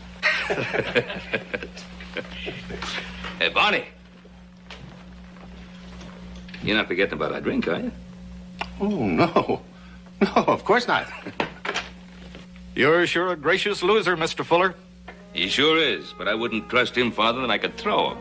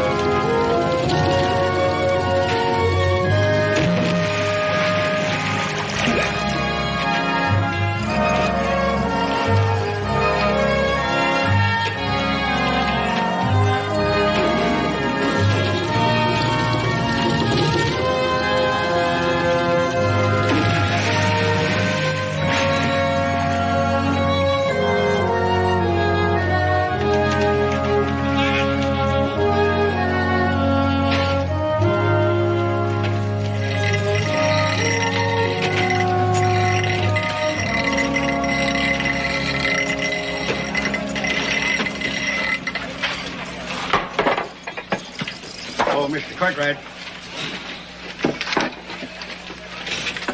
Fella brought this up from the railroad for you. Oh, can I get you something to drink, Mr. Cartwright? Oh, no, thank you. Well, isn't this fine? Railroad's added some extra crews, and now they want 200 of those big pilings by Monday. And 50 a day from then on. Oh, the 50 I can guarantee, but 200 by Monday? You ain't got the crew or the teams to do it with. Well, I'll see if I can get some extra men from the mines, and I'll get some teams in town. Oh, by the way, Adam, I noticed some of your trimmers nipping at the bottle on the job. I want you to put a stop to that before some of them find themselves without hands and feet. Well, I've done the best I can.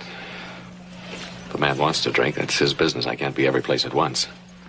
The man in charge of a crew is responsible for everything connected with it. We've got a rough schedule. I want results. Now we really got a rough schedule ahead of us. I know you boys are tired already. We sure are that. You know you'd like to have a few days rest. Hey, gee, thanks, Pa. That's all right. You got it coming to you. That sounds great. Yeah, well, like I said, you got it coming to you after the job is done.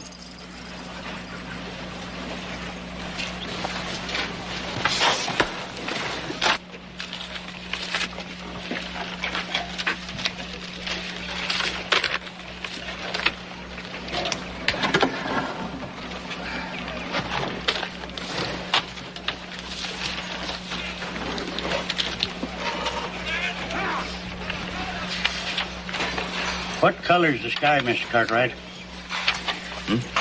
I said, what color's the sky? Blue. You didn't look up when you said it. You just guessed. How long has it been since you looked up? You better get back to sharpening those blades, Gabe. We'll need them all in the morning. They'll be ready when they need them. You ever hear of the fellow who couldn't see the forest for the trees? He got himself so lost, he never did get out. Now, if he had taken it kind of slow and easy and kept his head up instead of down, he might have got a glimpse of the sun. Or he might have followed the wild geese into the clear. Instead of working yourself to a razzle like you're doing. I'm doing all right, Gabe. I like the way you get things done, Mr. Cartwright, but a man's got to ease up once in a while. You know, just stop. Take time to give thanks for the blessing of just being alive. If you don't, he's liable to have an epitaph on his tombstone that reads, "Here lies a man who let the joy of living wait. He waited too long. Now it's too late." Well, thanks for the warning, Gabe. I've always worked pretty hard, and I guess I always will.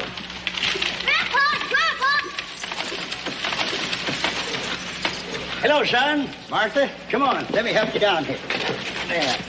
This is my grandson, Mr. Cartwright. Jody, say howdy to Mr. Cartwright. Howdy, Mr. Cartwright. Howdy, Jody. This is my daughter, Martha. Married, name's Fletcher. Miss Fletcher, got a fine-looking boy here.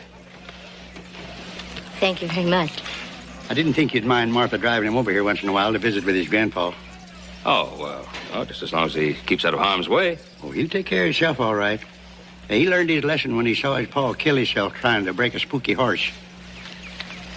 Terrible loss to all of us. Yeah, well, why don't you show Jody the flume, Gabe? Sure, I'll do that. Come on, Jody. Hey, did I ever tell you the time I went around the horn in a schooner? Hanging down your head? I saw to hear about your husband, Mr. Fletcher. You know, Gabe and I don't think alike about too many things. I'm awfully glad that your boy has such a fine man as his grandfather to look up to and love. Well, thank you very much, Mr. Cartwright. You bring your boy around anytime you want to. Perfectly welcome. Thank you.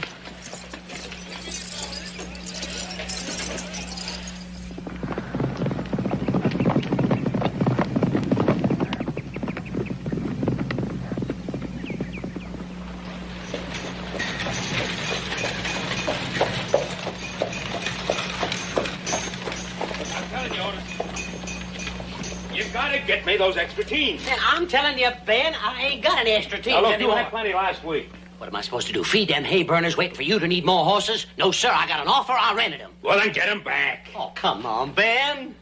Well, I'll get them back. Who's got them? Barney Fuller. Barney Fuller. Yeah, I might have known.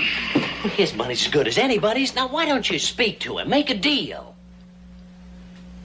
That'll be the day. See you around, Ben. In case you didn't hear me, I said that'll be the day.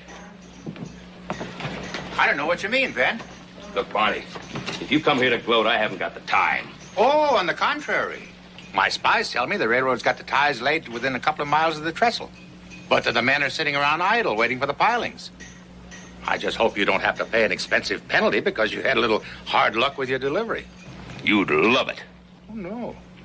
What I'm trying to say is, if it'll be of any help, I can let you have a little of my own timber. Now, you listen to me, Barney, and you listen good. I wouldn't take one softwood sapling out of your stand. Now, that trestle's going to be built. But it's going to be built with ponderosa lumber. Well, I hope you're right. But, Ben, just remember one thing.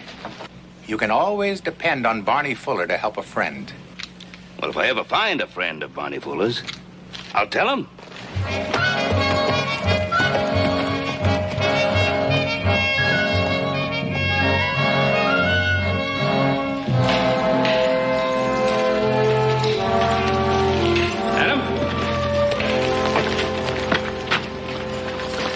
Holding up those pilings. They should have been out of here long ago.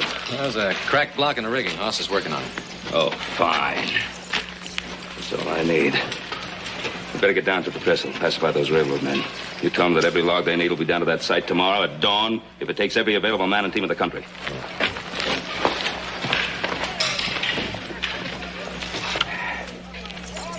Oh, what's going on here? A Sunday school picnic? Now, why isn't that block fixed? Oh, there ain't no way to fix it. It's got to be replaced. I got another one on the way. On the way from where? We got plenty of those in the storeroom. No, we ain't, Paul. They ain't done... Gabe! All right, Gabe, Horse tells me we have no more double blocks. How's that? I plumb forgot to stock them. Oh, did you? Yeah, but I sent a man into town for some, and they should be here in about an hour. About an hour. And how long have you been fooling around with that? About an hour. It makes 2 hours lost. All right, I want you to listen to me. I want all these logs on the logging road and on their way by nightfall. I don't want any excuses. I just want them at the trestle by morning. Paul, that block ain't safe. It might come apart any time. It might, and it might not. We'll never know until we try and find out. We're going to try. Now, you listen to me. I heard Barney Fuller tell me that I'm in trouble. And I just heard you tell me why I'm in trouble. What appears to me the only trouble that I'm in is trying to make you understand that I made a promise to the railroad and I intend for us all to live up to it. Now, is that clear? Clear enough, Paul. Come on, fellas. Hey, that air sure smells good, don't it? Why don't you get the scent of that pine in your lungs? You know, it's just like a tonic. Now, Gabe, I got 100 things on my mind. Leave me be. Oh, say, I got something for you. I plumb forgot it. It's a little horse. Joey whittled it for you. Of course, I helped him some, but I don't want you to tell him about that when you see him. He wanted you to have it. All right. Just say thank you to Jody for me. Yes, I will, Mr. Cartwright. Boss, that block just ain't gonna hold. Just get it rigged up. Get that team hooked up over there, Pete.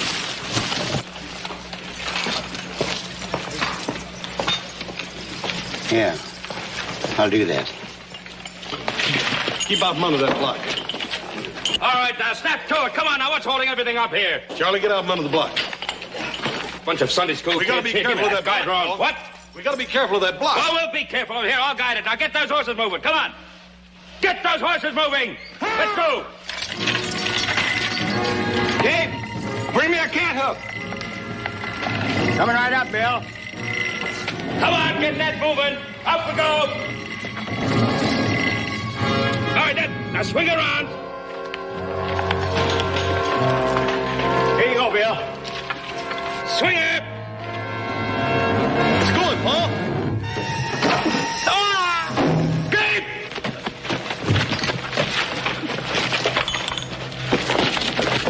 Paul! Seabird, Gabe.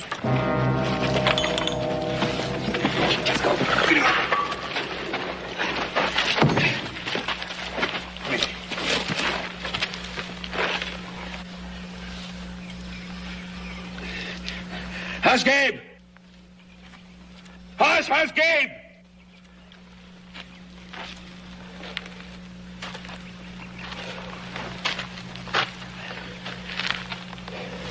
You're dead, Paul.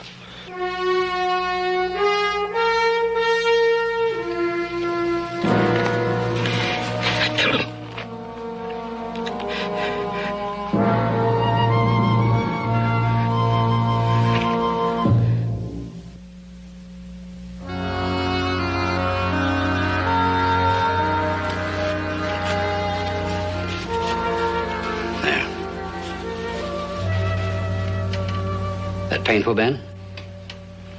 No, just a little stiff. Well, that'll clear up as soon as the leg has some use. And there'll hardly be any scarring as soon as those lacerations heal.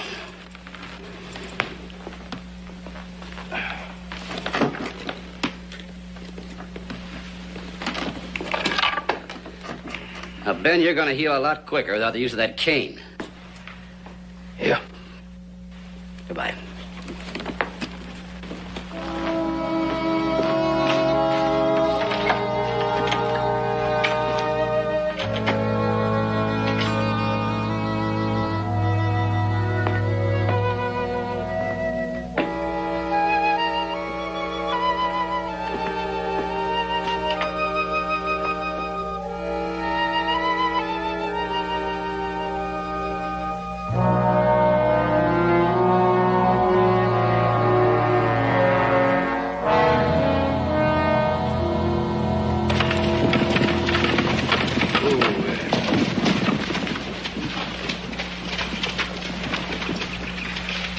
Hi, boys. Doc, how's Paul? Not so good, I'm afraid. He needs more help than I can give him. What's the matter? Complications with the leg? No, I don't think he'll even have a scar. Well, what is it then, Doc? Well, the scar that worries me is in here. Your father's not over the shock of old Gabe's death. He feels responsible. He broods on it. Yeah, we've noticed that. Anything we can do? Get him back to work as soon as possible. Get his mind off of that accident. Well, we need him back on the job, that's for sure. Good, that's what he needs. I'll see you, boys. Adios. Take it easy, Doc. Come on, Doc.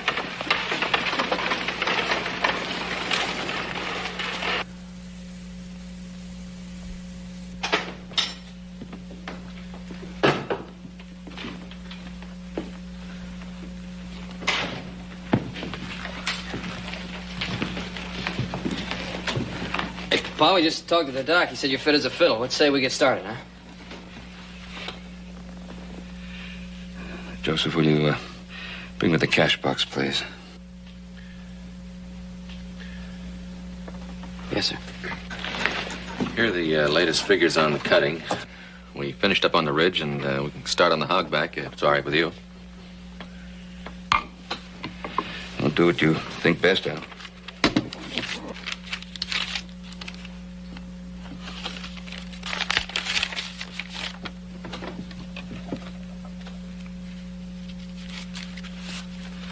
Joseph, I want you to have one of the hands deliver this to Gabe's daughter, Mrs. Fletcher. I'd like it done today. Yes, sir. Boy, don't you think we ought to get started back to work? Got a lot to do on that trestle.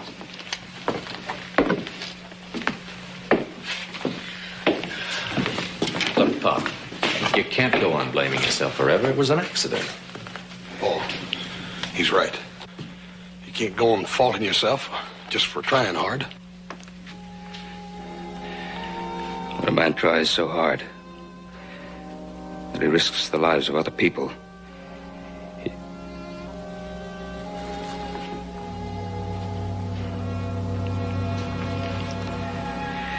from now on, the Ponderosa belongs to the three of you.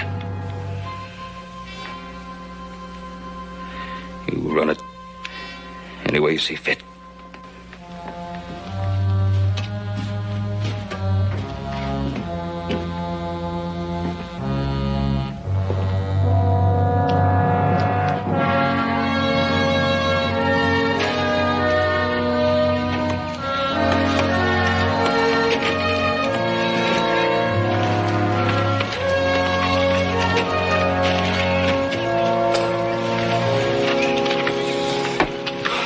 I told you to stay out on the hogback and...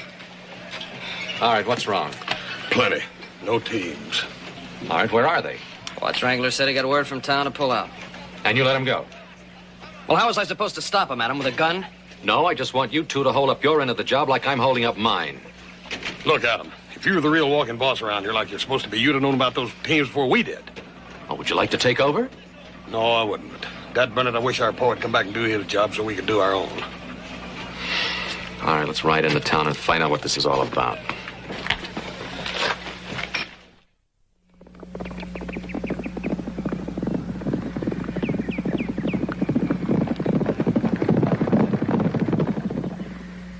Business always comes first with me, Adam. And when a man is offered a sizable boost in his rates, he can't let friendship stand in his way. Well, now, let's just forget about friendship. You made an agreement with my father to furnish the teams for this job. That's correct. The gentleman's agreement. With your father, not with his sons. You had no right pulling out without giving proper notice. Oh, I tried, Adam, I tried. I would have rode out to see Ben myself if I didn't have this misery in my back. But I sent word for him to come and see me and talk about a renegotiation of our little agreement. But your old man didn't even have the gumption to answer back, so what? We want them horses. I'd be happy to oblige, Hoss, if I could, but that Belgium Holland stock is hard to come by, and every one of my horses is spoke for elsewhere. Where? Well, they gone to Barney Fuller.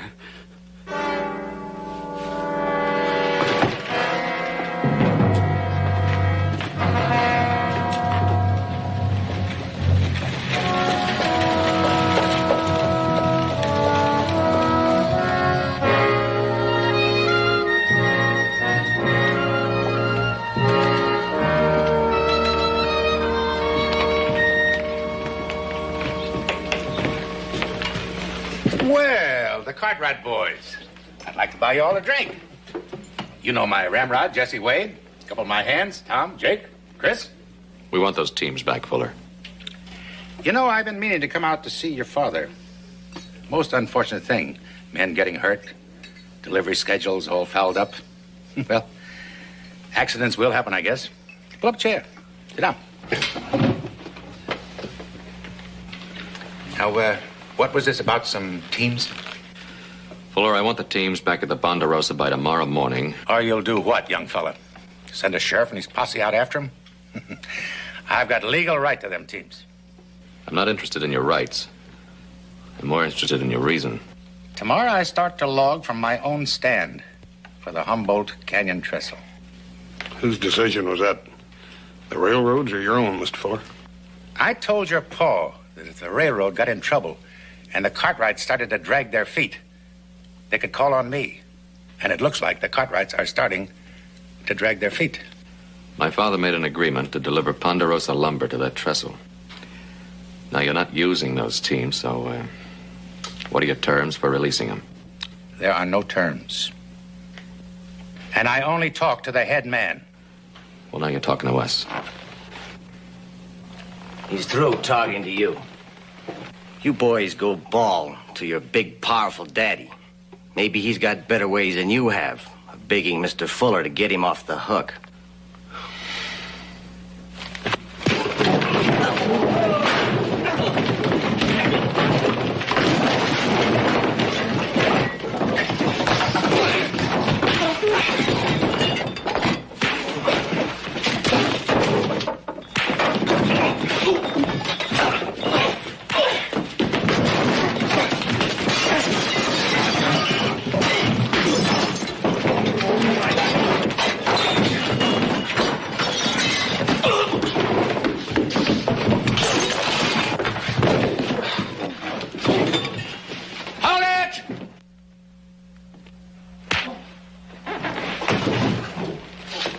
Well, it's quite a show you put on. And that's all it was. Just a show. You'll find out that it takes more than a fist fight to get along in the business your father and I are in. And when you get home, tell your father the next time he wants to talk to Mr. Fuller, not to send a boy to do a man's job. Adam, the doc tells me your dad's leg is all healed up. Why did he send you instead of coming himself? It's none of your business.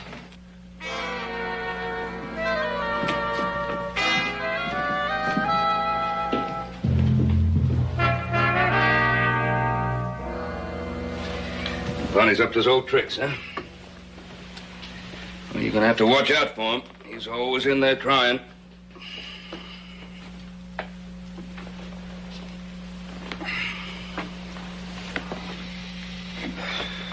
Well, what do you want us to do about Fuller? Do whatever you want. You don't care, is that it? Joe, I think I've cared too much all my life about the wrong things. Couldn't see the forest for the trees. Maybe it's not too late to change. Paul, it's such a waste. You're right in the prime of life. And just to throw it away? Not throwing it away. Just want to change my life before it's too late.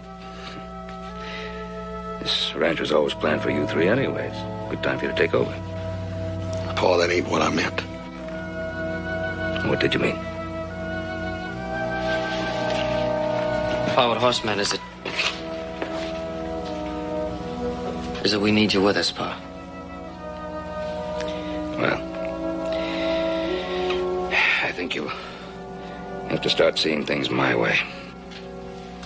Well, we can't see it your way because this isn't your way. It's puttering around, a lot of small talk. That's Gabe's way.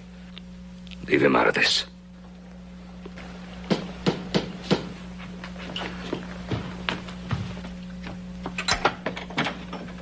For Ben Cartwright. This come for you, Mr. Cartwright.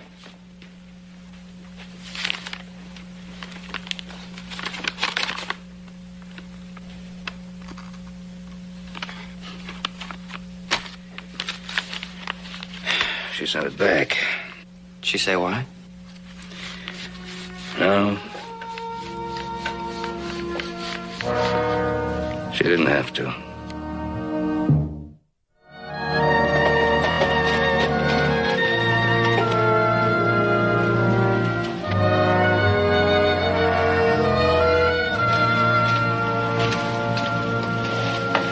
Hey, well, buddy, what you got here?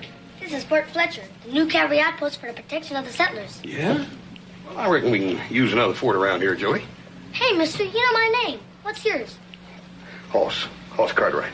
Is your mom home? She's inside. Ma! Ma! What is it, Jody? Oh, Ma'am, I'd like to talk to you a minute if I could. run along, Jody. Sure, Mom. Well, what did you want to say, Mr. Cartwright? Well, ma'am, it's about our Paul. Well, he's been blaming himself for your father's death. Well, he mustn't do that. It was an accident. Our Paul don't believe it. We sort of hoping maybe if you'd come out and talk to him, you being Gabe's daughter and all, that maybe it'd be more important that way and be of more help. Well, I'll think about it, Mr. Cartwright. Thank you, ma'am. Anything you can do, we'll appreciate it. Thank you, little buddy. Did your pa get the horse I caught for him? He sure did. You tell your pa if he likes it, I'll make him another one so he'll have a matched pair. Fine. I'll tell him. Thank you, little buddy.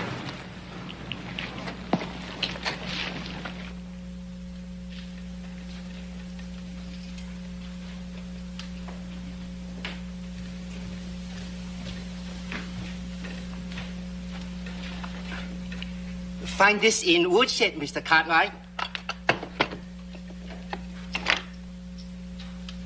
For you.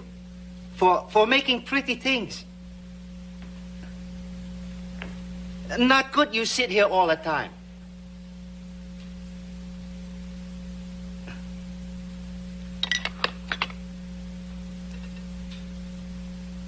You ready to eat, Mr. Cartwright? No, thank you. When you hungry, you just holler.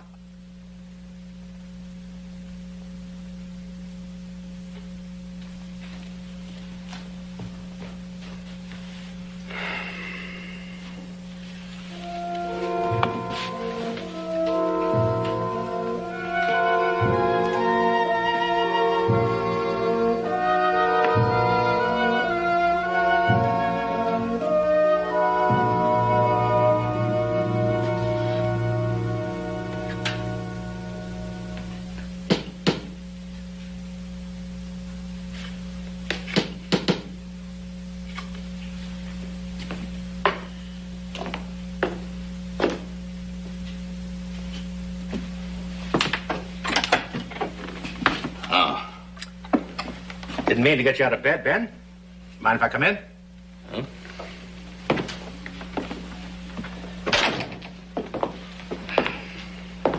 How do you feel, Ben? Oh, I feel pretty good, Barney.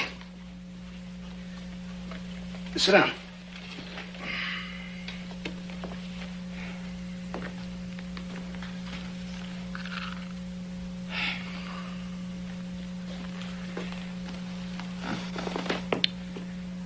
You know, Ben, I've been worried about you. Huh? I mean it. We've had a few battles throughout the years, but there's never been anything personal. You know that. Yeah, I know. Your boys were in town to see me yesterday. Suppose you know? Yeah. Did they tell you what I told them? Yeah, they told me. What I especially told them was to tell you not to send boys to do a man's job. Now, Barney, don't go underestimating those boys. They're better than I ever was. That's so. Yeah. Sorry I can't say the same about you. I didn't think you pulled that kind of trick. I cut my cloth to fit the size of the people I'm up against. You're making a mistake, Barney. Is that so? That is, unless you've been giving them the benefit of your advice. No. They're handling things their own way. Why? Big Ben Cartwright getting tired? Abdicating? I find that hard to believe even on your say-so. Barney, I don't care what you believe. And I ain't jumping when you throw that hickory club of yours at a wheel. So I'm beginning to see. That sort of clears things up for me. You know, Ben, I've always admired this house. Maybe someday I'll see my way clear to buy it. You know, I have no respect for a man that don't measure up. I can't afford to waste my time on him. If he just stands there, I walk right over him. The Ben Cartwright I know wouldn't hold still for that. But you don't act like him. Takes all the fun out of this business when you got nobody to stand up to you.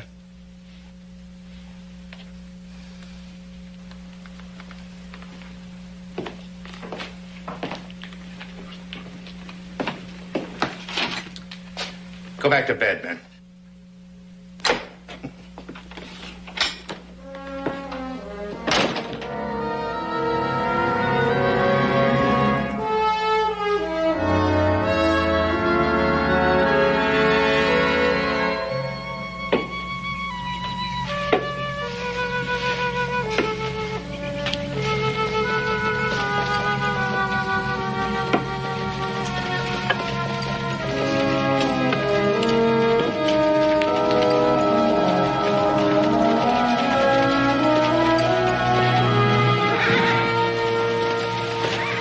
Those horses? Taking them up to the camp. What for? Hauling logs. Oh, Joe, the saddle horses, you know better than... Yeah, Pa, I know better. But when you haven't got anything else, you make do with what you've got. Watch had never been allowed to get away with taking our teams. Watts got away with that because... Because? Look, Pa, you made it quite clear you're not interested whether that trestle gets finished or not. You're not interested in that or in anything else. All right, fine. It took us a little while to get used to that, but now we are, and we're going to take care of everything by ourselves. We'll give you plenty of time to do whatever it is you want to do. Now, we don't ask any questions of you, Pa. I think it'd be just fair if you didn't ask any questions of us.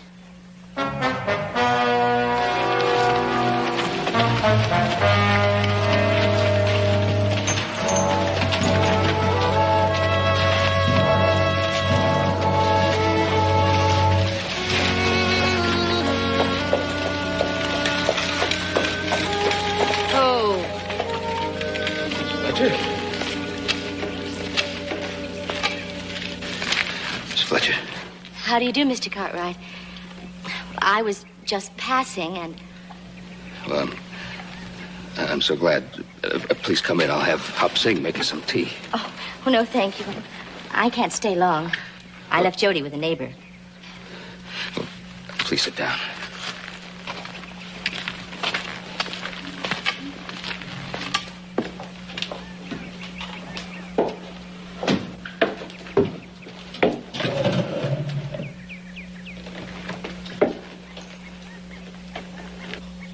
I wasn't just passing, Mr. Cartwright. I came to see you deliberately.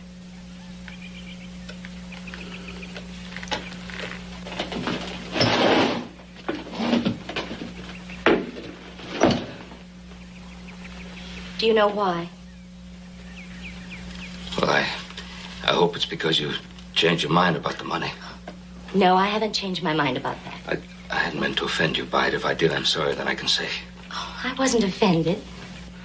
Well, why did you send it back? We don't need that kind of help.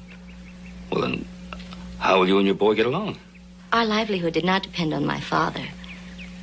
I have a small business as a dressmaker in Virginia City. You knew that. Oh, yes, I did know that. You sent me that money to ease your conscience, didn't you?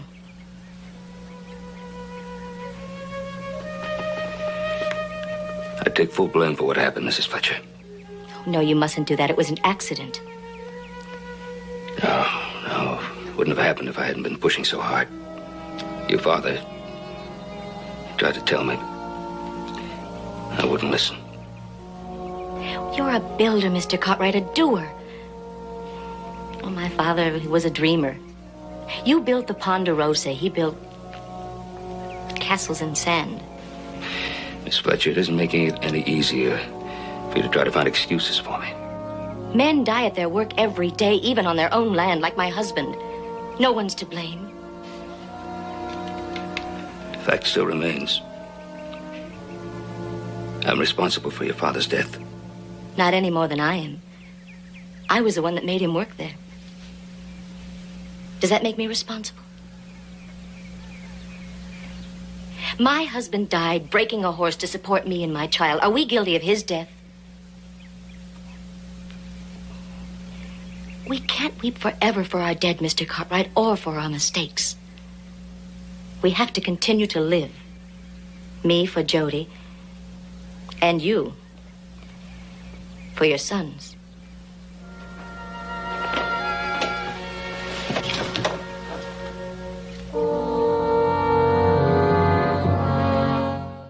You have to hook them up in threes before they can do any real hauling.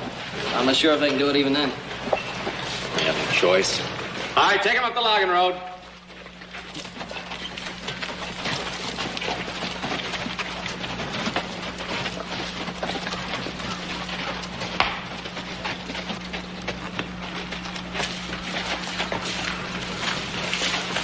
They're quitting.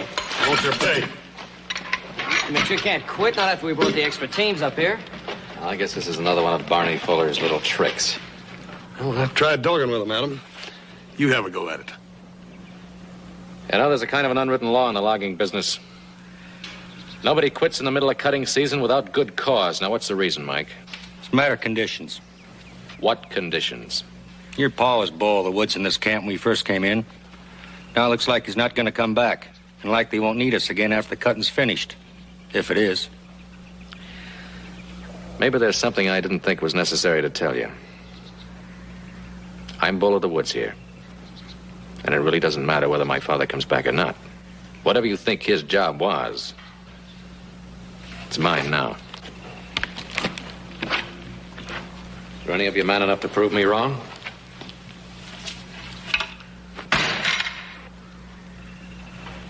Any one of you? No. This is going to be interesting, Joe. Let's sit down and watch it.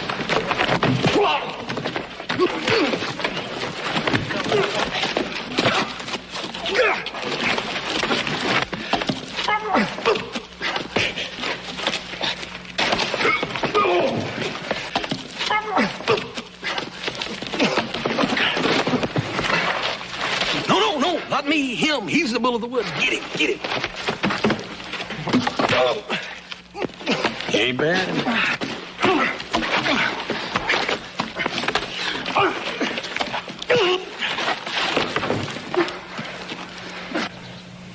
Does that answer your question, men?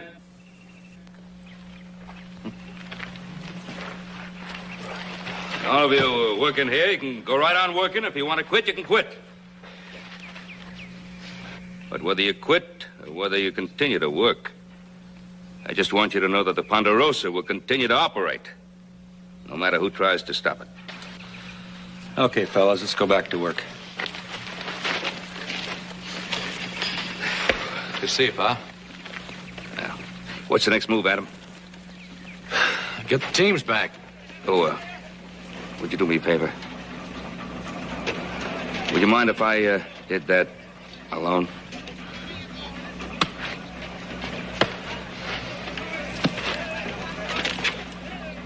I would have sent word to you, Ben. I sent word to you. I would have come up myself, but I had this ache in my back. You see, and I couldn't make it. Oh, come on, Ben. Come on. No clothes to push me around.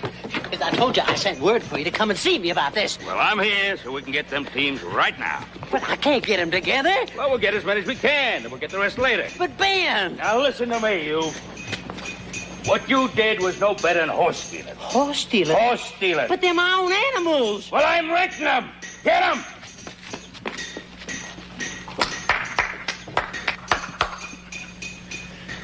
Well, Ben, what are you doing out of bed? And without a cane? Well, why don't you come down from under that geranium pot, and I'll tell you. No, I don't want to see you standing out here. Come on inside. Sit down. You come down here.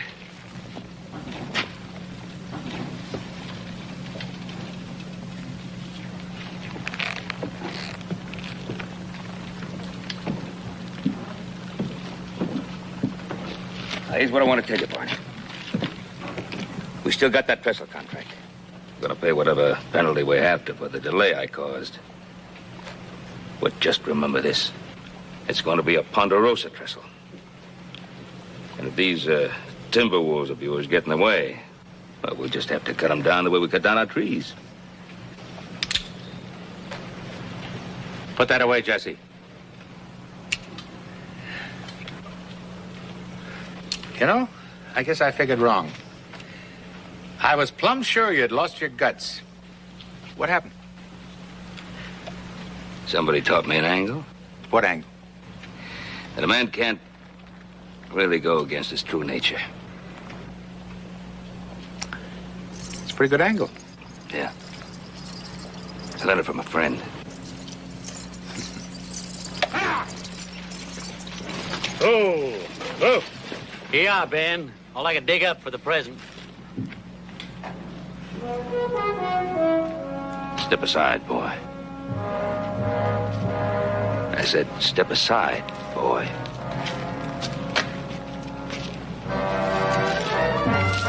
Thank you, what? Yeah.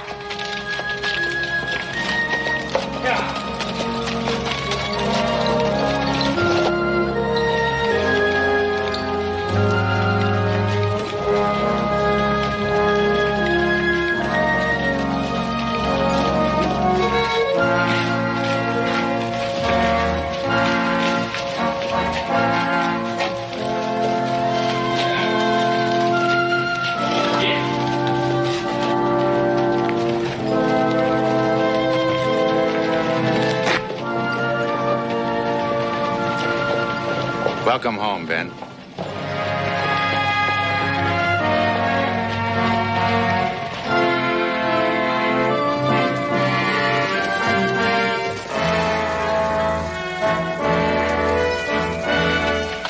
Well, there it is.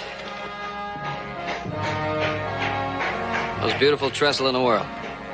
And there was a day when I thought we'd never see it. There was a time when I didn't care if I ever did or not. We knew better than that, Pa.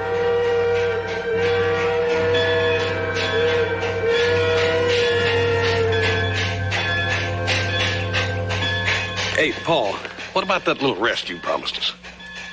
Oh, yeah. Well, that depends. On what? On the bull of the woods. Moo. Bull said yeah, Pa.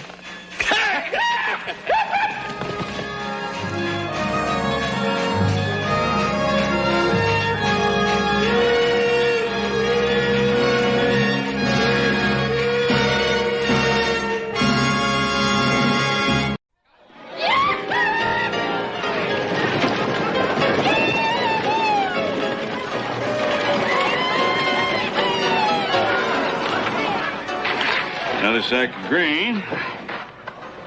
600 feet of winch rope. Hey, how about give me a hand with this rope, Mr. Jarvis? Why, sure. Thank you.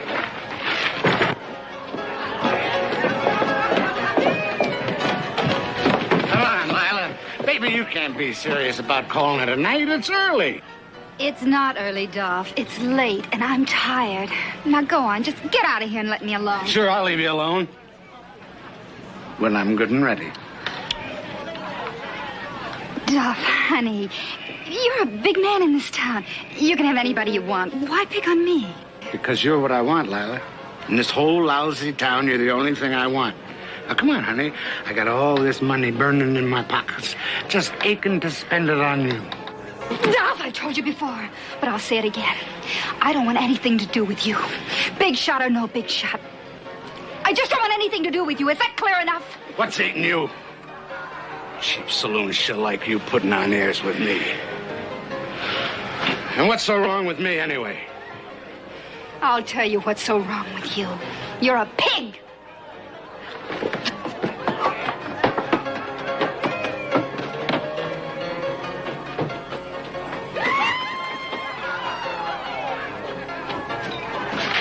It's a pretty wild town you got here, Mr. Jarvis. Yeah, all sorts of carryings on. Now Judge Knowlton's got himself booted out of here. It's gonna get worse. Yeah, well, your loss is our gain, I think. The judge was real lucky that you and Adam allowed him to accompany you. Out there in the trail by himself, he'd get lost inside an hour. You better watch out and not let him catch you dipping into the prune box or snitching any loaf sugar. You're liable to get yourself tossed into jail. Or even worse, you're liable to get a talking to. My brother Hoss is kind of the dip and snitching kind. He's not with us this trip. Hey, listen, why don't you go on inside there and add that stuff up so I can get an early start out here? You bet.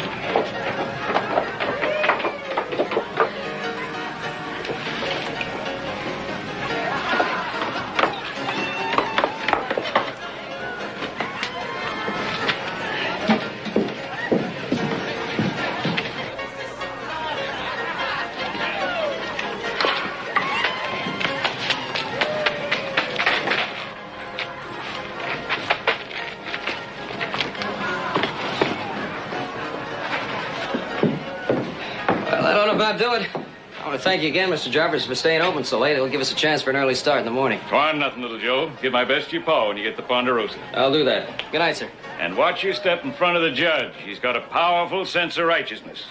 Don't worry, I'll stay clear of him.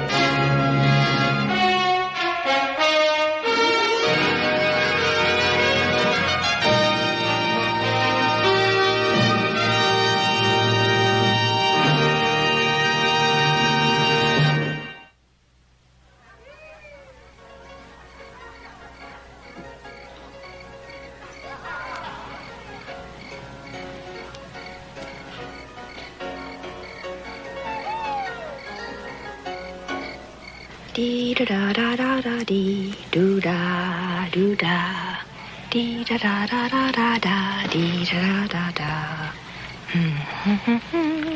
Dee da da da da. Dee da dee da da. What was that, Sarah?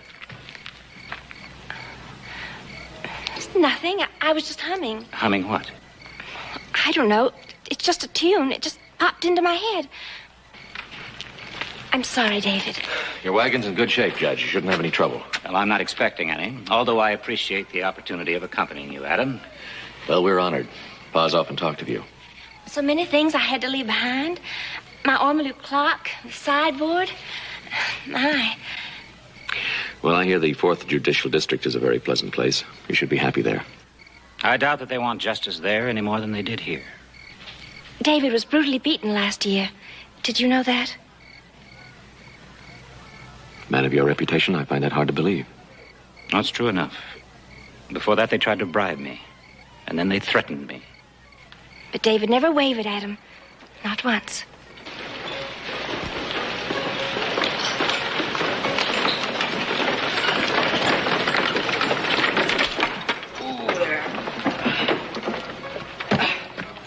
Hey, Mr. Nolan. Judge. Hey, Adam, that's quite a town they got back there. Wish we had some more time. They got some good-looking women. Young man, saloons and the people that infest them breed crime and violence in the same way that a swamp breeds malaria. Stay away from the girls and the whiskey traders and the easy companions, boy, before they drag you down. Excuse me a minute, Judge. Joe, would you check the stock, please? Yeah, sure thing, Adam.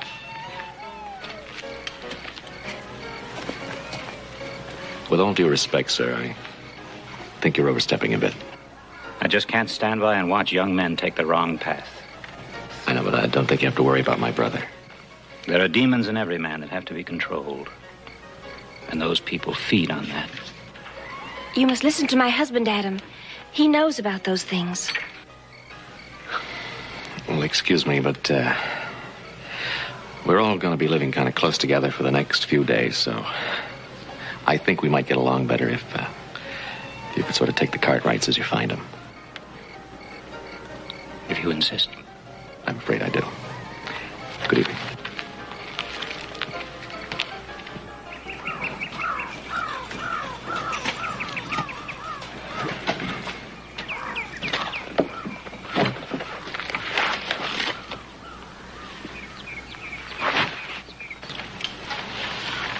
Please, mister, let me explain. Yeah, well, it's not that we wouldn't like your company, ma'am, but I think you'd be a lot more comfortable on a regular stage line. Oh, you've got to help me. You've got to help me get away. Oh, wait a minute. What's it all about? What do you mean? Well, there's a man out to kill me. He said I stole money from him, but I didn't. I'll swear I didn't. Well, why don't you just go to the sheriff, then? Our sheriff. Why, the men in town won't even let him out with a loaded gun. Oh, please, if you just let me explain. All right. All right, suppose we start with your name. Lila. Lila Conrad. Joe Cartwright, this is my wagon you're sitting in. Please, mister. They'll come after me for sure. Don't let them take me back. That man will use any excuse to kill me. Okay, we'll do all we can. Why don't you come on out of there? No! No, I gotta stay right here till you're out of the area. You all set, Judge? Yeah, whenever you're ready. We'll probably stop around midday. All right, Joe, let's go.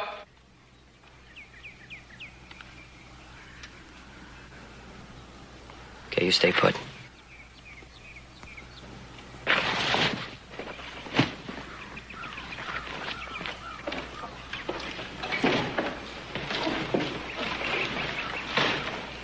All right, let's move out.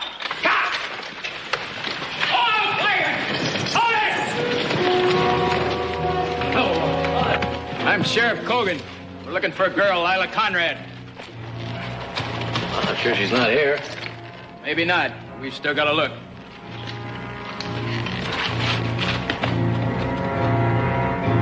All right, what's the idea? Get out over there. What for? Oh, you want to know what for? Well, show him what for, Pete.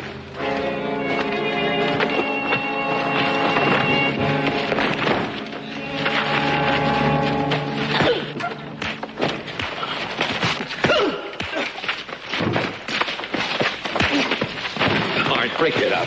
Take it easy, Hagen. You take it easy, Sheriff. Bust up them wagons. You back off.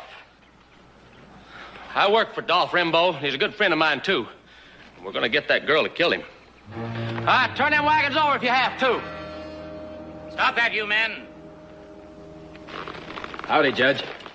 What's the meaning of all this? Have you got a warrant, Sheriff? No, Judge, but... Then you got no right to touch these wagons. Never mind all that. She's here, Cogan. She's got to be. Now, we can't go against a federal judge, Bob. This ain't his district no more. He's still a judge. What is all this? We found Dolph Rimbaud this morning, Your Honor. He'd been stabbed to death. Not 20 feet from where this Lila Conrad lived. Oh, some of the boys saw him follow her home. She done it. She's gonna pay for it. We're gonna fix her good. You won't find the girl here, Sheriff. A lot of room in these wagons. The judge wouldn't have nothing to do with helping her. And there's a penalty for unwarranted search. Well, I suppose she still could be in town somewheres. Our mistake, Your Honor. All right, mount up.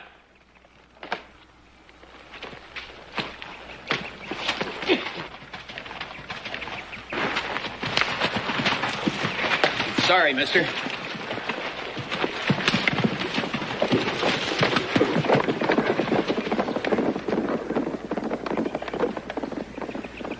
All right, let's get out of here. I think I've seen enough of Silver Hills and its citizens.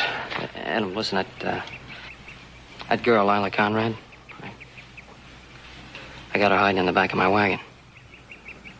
She is what? Well, look, what could I do? I just found her back there a little while ago. She didn't say anything about a killing. I couldn't turn her over to men like that. She wouldn't have a chance. All right, we'll talk about it later.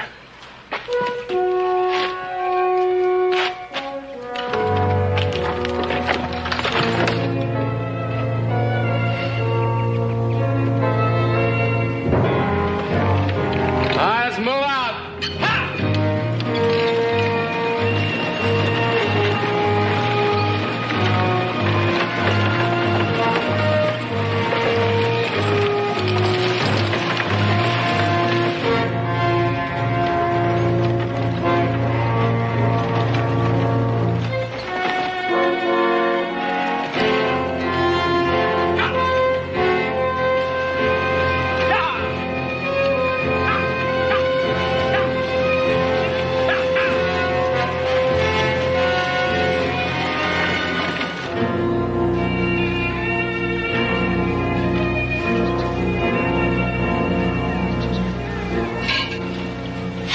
I guess we're far enough from Silver Hills now.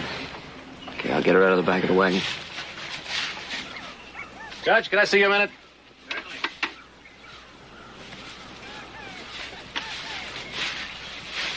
I think I'm going to need some legal advice from you.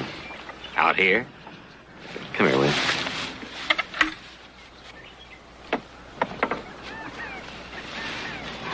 My brother Adam, Judge Knowlton, Miss Lila Conrad. Hello. I suppose there's no point in my asking how this woman got here. Yeah, I brought her. You've overstepped the law. And that's bad enough, but you've also involved me, and I cannot tolerate that. Not for a creature like this. I know what you're thinking. I heard what those men accused me of. But I didn't do it. I'll swear to you, I didn't kill Dolph Rimbaud. Come on, I'll introduce you, Mrs. Knowlton. She can fix you something to eat, maybe. You're not taking her near my wife. All right, I'll fix you something to eat myself.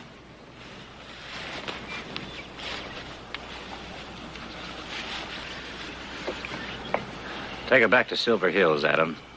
Be there by nightfall. Judge, you told me yourself how corrupted that town is, including the sheriff. How they beat you, tried to bribe you. You also saw those men this morning. Now, what chance would that girl have with them?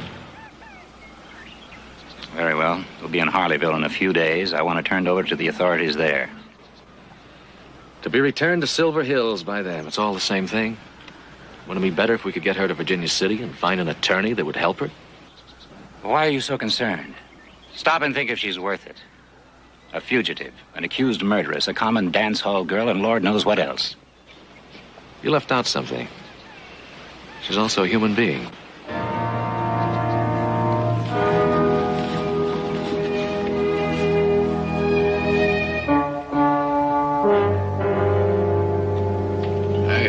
Well, Frimbo had a couple of brothers in Texas or somewhere. I wondered when you'd be showing up.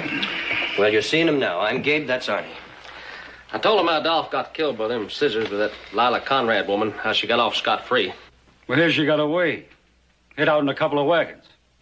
We don't know that for sure. Well, she ain't here in town. We've been watching all the roads, so she had to be in one of them wagons. Well, that's proof enough for us, Sheriff. I'm sure you don't mind if we kind of deputize ourselves without no formalities. There's a federal judge along with them wagons. It'll have to be your own responsibility. That's all right, Sheriff. We wouldn't have it any other way. Be right with you, fellas. Stay out of this, Junior. Come on, let's go.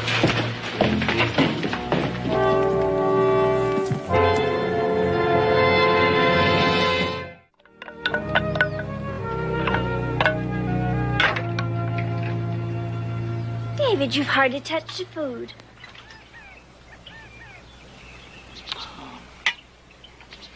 I don't want any more, Sarah.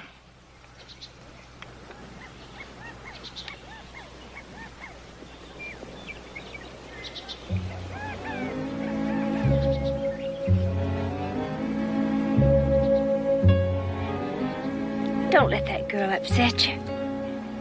Can't you see what she's doing to those boys? Oh, Sarah. Cartwright seemed like fine people. Country is fair and pleasant. I look forward to this as a change, a respite. But I find it even here. The evil and the filth and the blindness.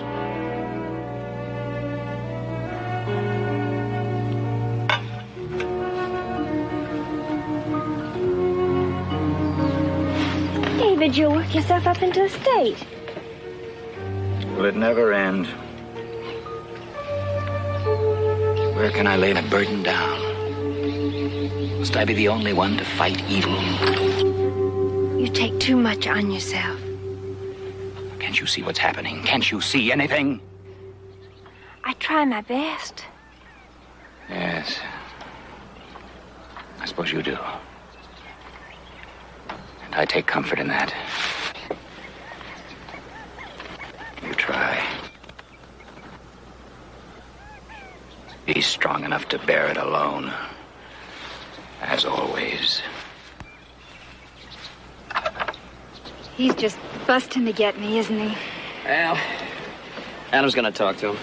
Try to bring him around a little bit. I better get things ready to move out.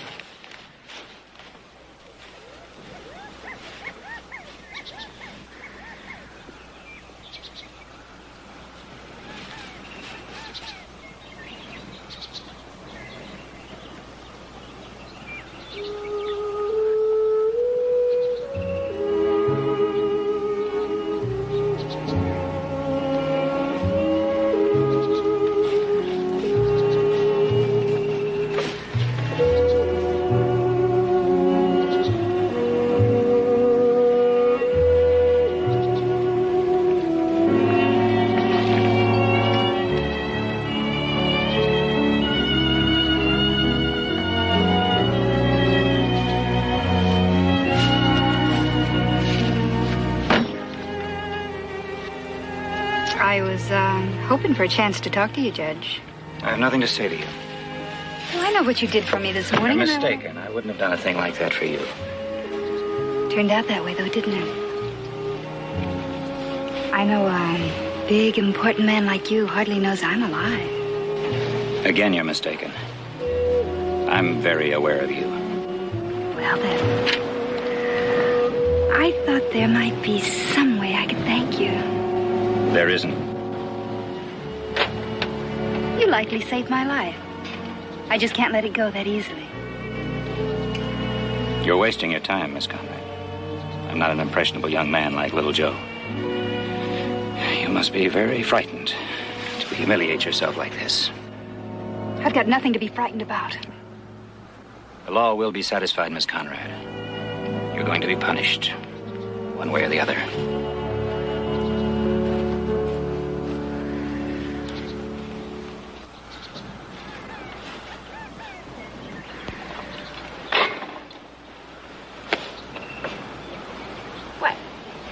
You're trembling. Sarah, that woman came to me. I can't even repeat what she did. You don't have to. I can imagine.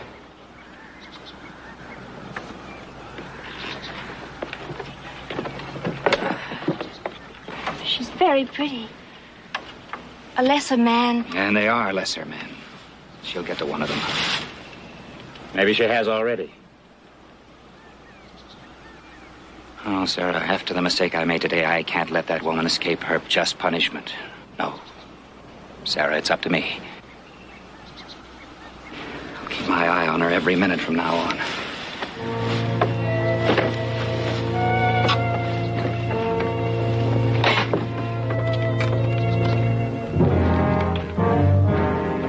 Let's go!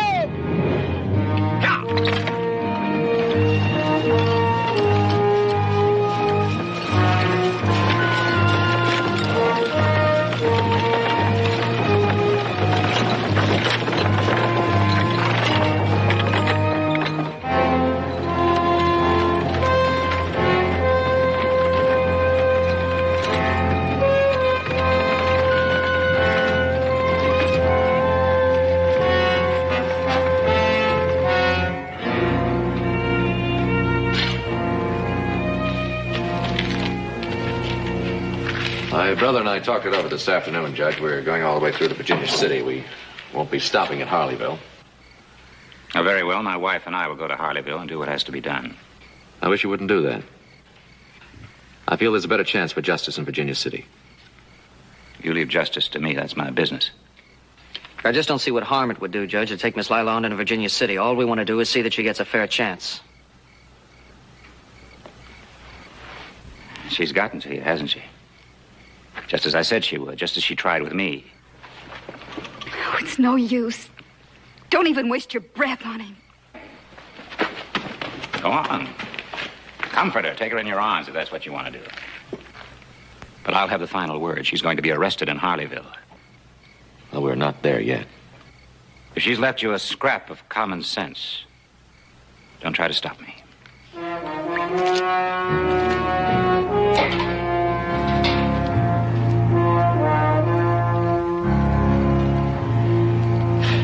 Well, what do we do now?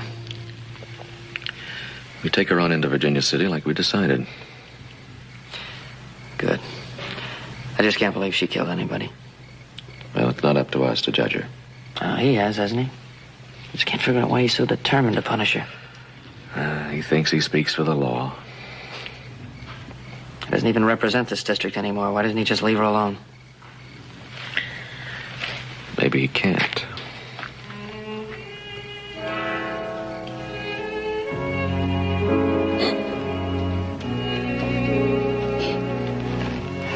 Leave me alone. What do you want? You're frightened of something. Yes. I'm scared stiff. Does that make you happy? What are you afraid of? Perhaps it's your own conscience you're afraid of. You let me worry about my conscience. I'd lot rather live with that than get hung. You won't have to get hung, Miss Conrad. What do you think they're going to do with me if you send me back to Silver Hills? I can help you. Now that's more like it. What do you want? What's your price, Judge?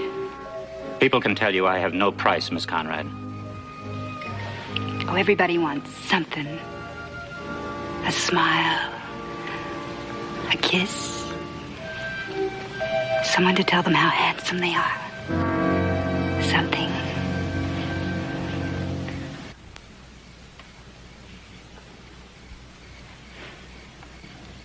Do you think little Joe wants something? Or his brother? Oh, they'll get around to it. Nothing for nothing. I learned that pretty early, Judge. Or perhaps they do, but I don't. All I want is to see your feet on the right path again. Oh. And how do we accomplish that? Confess everything you've ever done. I'll intercede for you and get you off with a moderate prison term. What kind of help is that? It's the only real help anybody can offer. Thanks, I'll take my chances. When you were a little girl, your father punished you. Yeah, all the time. Well, that was the right thing to do. It hurt. You didn't like it. You're darn right. Yes, but he was doing his duty to teach you right from wrong. And when it was over, you felt better because your slate had been wiped clean. And you felt you could start fresh. Well, that's what I'm offering you, Lila. A clean slate. I'm not going to prison. Aren't you in prison right now? Of your own making, aren't you in prison every time you sit down with a man you despise simply because he has the price of a couple of drinks? Oh, what's so wrong with that? Lila, have you lured men into gambling? Sure. Well, how many wives and children have gone hungry because of you? I don't know and I don't care. But this was wrong.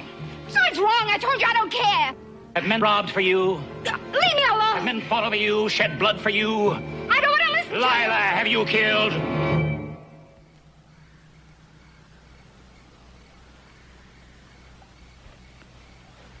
Stop it! Stop it! Stop it! Stop! I'll help you, Lila. I'm the only one that can.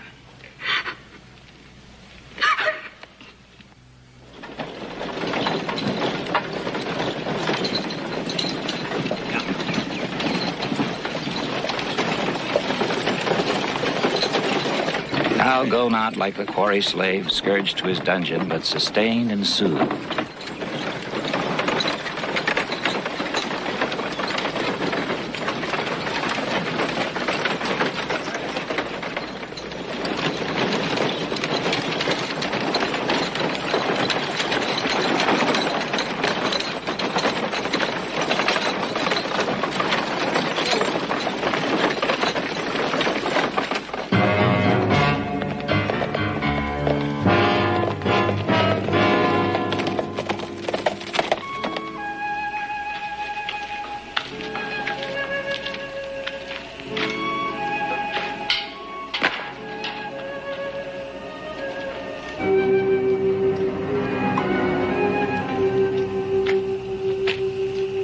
And in a few years, Lila, when your prettiness has faded, what will you do then? I don't know. I never had time to think about it. Now's the time to think about it, Lila. You must build a beauty from within, a true beauty to shine forever. You're a lovely woman, Lila, but you've used your loveliness for bad reasons. You must use it to inspire men, not to degrade them. But it won't be easy, will it? Brutally hard. It's always hard to do something you know is right. But you must try, Lila. We all must try.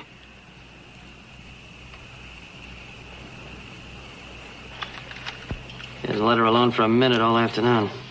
What a man can have to talk that much about. I'd say that depended on the subject. Come, girl.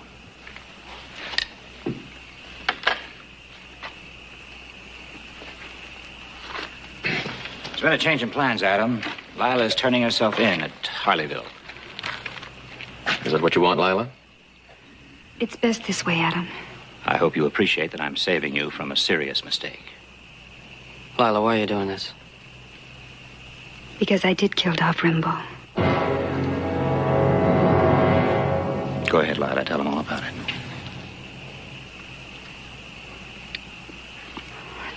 Dolph followed me to my room that night. I hated his insides. I told him 1,000,000 times I didn't want anything to do with him. He got nasty. Real nasty, and started slapping me around. I picked up the pair of scissors and hit him. I don't know, maybe I hit him more than once.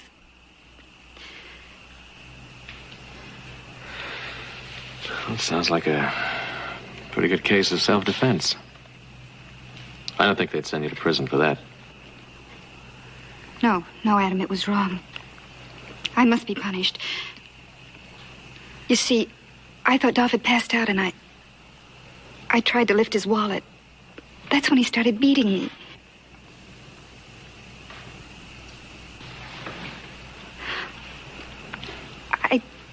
I didn't mean to lie to you, little Joe. I didn't know Dolph was dead until the posse stopped us.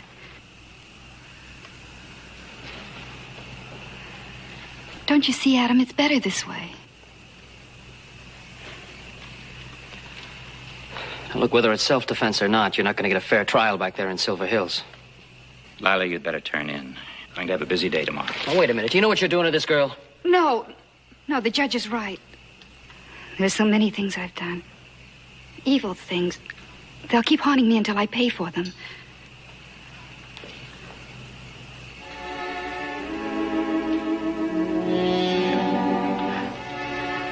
Oh, little Joe, I'm more content than I've been in a long time. Truly. Sarah, would you make Lila comfortable?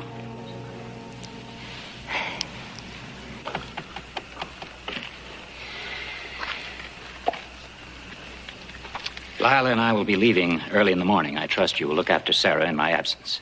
Yes, we'll look after her, Judge. Very well, gentlemen. I bid you good evening.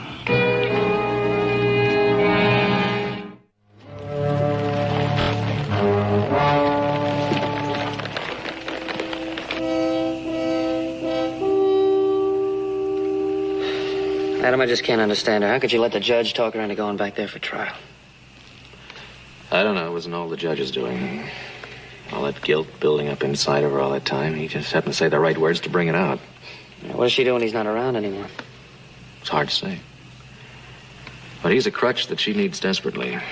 Take it away and maybe she walks by herself or maybe she goes back to being what she was.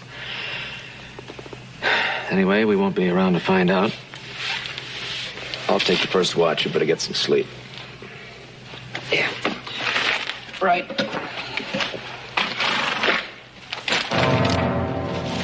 It's all right. Take it easy. Come up into the light. That's what we're fixing to do.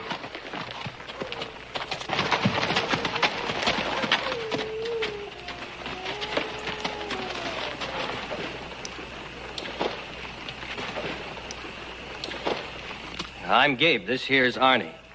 We're deputies from over to Silver Hills. I'm Adam Cartwright. This is my brother, Joe. What's going on here? We understand you've got a woman with you by the name of Lila Conrad. We have. I'm Judge Knowlton. Where is she? We're taking her back. Well, you have nothing to worry about, gentlemen. Miss Conrad made a complete confession to me. As a matter of fact, I was planning on taking her into Harleyville in the morning myself. Well, then we save you a trip, Judge. I don't think you understand. You see, there are certain extenuating circumstances. I am responsible for her. You ain't got any more responsibility, Judge. We're the law. We're taking her back now.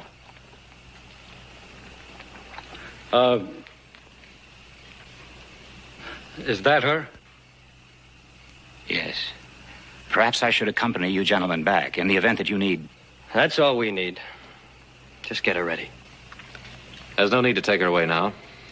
She can't get away. You might give her the night to rest. Hey, Arnie, looks like she made a lot of real good friends here. We're sorry to spoil your fun, mister, but why don't you play it smart and just don't give us any trouble? Well, I'm all for avoiding trouble. And I think the easiest way is for you to wait here till morning. Yeah, well, it'll be daylight in a couple of hours, Gabe. No harm. We can wait. I thought you could.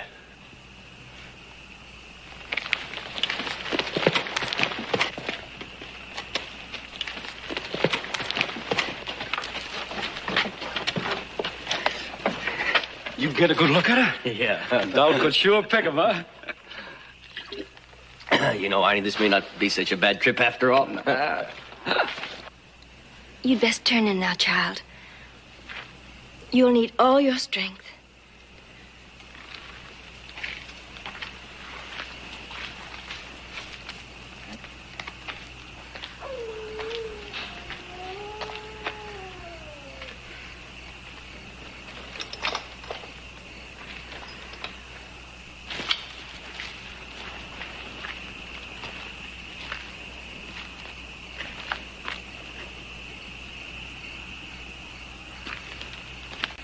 Let her rest.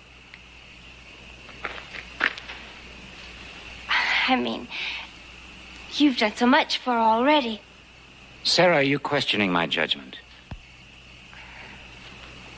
I've never done that, David. Then don't presume to now. No, of course not. It's just that... That what? There's so much ahead of you in your new district. So much for us to think about and plan for. I assure you, Sarah, I'm well aware of that. Sometimes a good man, can work so hard for something he believes in, he loses sight of himself. Please, Sarah, go to bed. It's very late. Are you coming? I'm not very tired. I think I'll stay up for a while. You've done all you can. You've got to accept that. Tomorrow she'll be gone. David, I love you.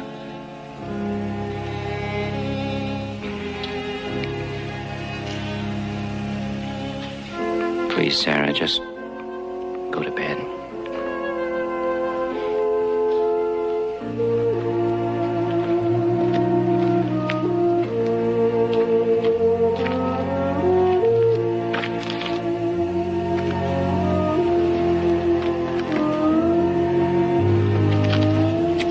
Can't sleep? No, me neither. I'm gonna go back with you tomorrow. I'll be all right, little Joe. You saw those 2 deputies that came for you.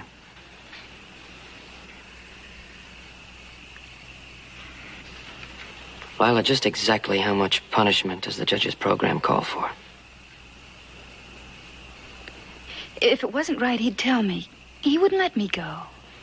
How can I get through to you? He doesn't know what's right for everyone. I don't know about everyone, but it's right for me. He saved me, little Joe. Don't you understand? Oh, Lila, he helped you because you wanted to be helped. He's shown me the way. I know I must be punished for my sins. Whether you should be punished or not is up to a jury. Everybody in this life, regardless of what they have done, deserves a fair trial. I'm not arguing with a judge whether you should face this thing or not. Certainly you should. But face it where you've got a chance. He doesn't know everything. Some things you've got to figure out for yourself. Can't you understand that?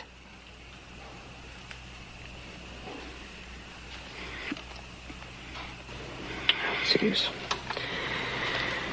Try to get some sleep. I'll see you in the morning.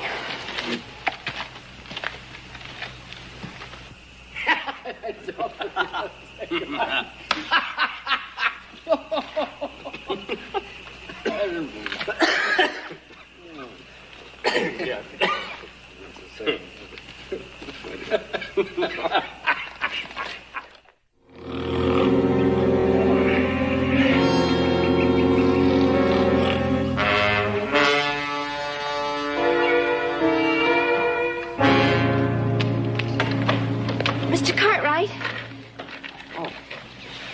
Morning, Mrs. Nolan. Have you seen the judge? No, ma'am, I haven't. What's wrong? Well, he must be around somewhere.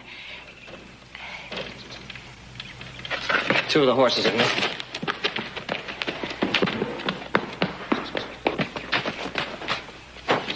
Adam! But the horses could have wandered off during the night, couldn't they? It's not likely, ma'am. Hey, come on. Get up. What is it, Joe? Judge and Lila are gone. My husband is left with that girl. But we don't know what happened that way, ma'am. Oh, yes, we know that's how it happened. We all know that. I can understand how it happened. With that woman. Surely. Let us sleep out the night, huh? You did a good job, mister. I wouldn't be surprised if he were in cahoots with that judge. Well, maybe he's just taking her as far as Harleyville. Come on, honey. We can still catch him. I'm going with him. Oh, watch yourself. Right.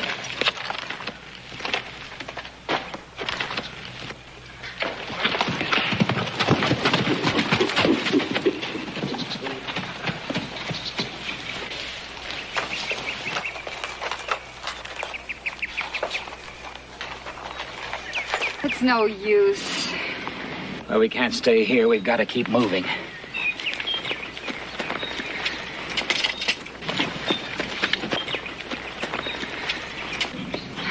We ride double. It's the only way. No, Judge. Judge, we shouldn't have come this far. I'm not going to let those men take you. I have to go back and face it sometime, don't I? And when that time comes, I'm going to be there. Oh, here they come. Come on, there's no time to lose. We can't make it. We can make it. Now, hurry. It's no use. I'll go back to Silver Hills with them. You're not ready. Not ready? Lila, you believe that I've always told you what's right, don't you? I know I have to be punished. There's time enough for that. Things are different now. Come on, take cover over here.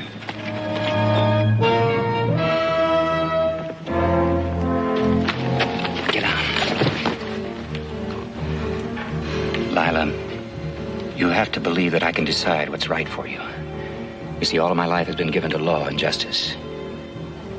You believed, you listened. I saved you, didn't I, Lila? But my punishment? Punishment means nothing. As long as you confess and repent, that's all that really matters. And I'm going to take care of you from now on.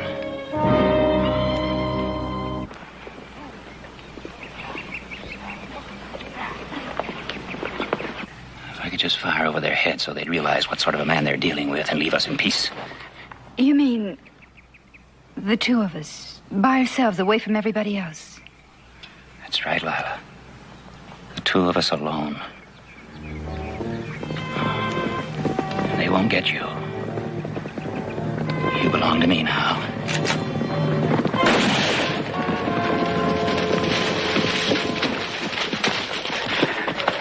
Oh, I'll cover you. You work your way down the draw and come up from the other side and pick him off. Wait a minute. Let me have a chance to talk to him first. We should have never let you come with us in the first place. Go on.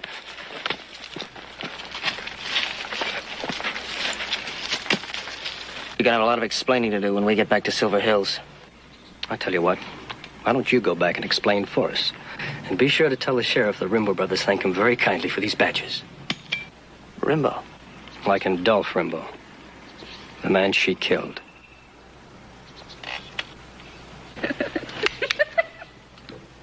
What's the matter, Lila? I have to be punished. I have to be, cleansed. No, pure. To be pure. Oh, for you. All of this for you. Isn't that right, Judge? Stop it. Oh, everything I thought you were. Stop it. When you're nothing. A big talking, empty nothing that wants me. Wants you? Just like every other man wanted me. Wants you? I thought you were different. I believed you. Lila, I tried to help you. You helped me. Oh, how you helped me, you pig! Stop it. Stop it! Stop it! Stop it! Stop it! Stop it!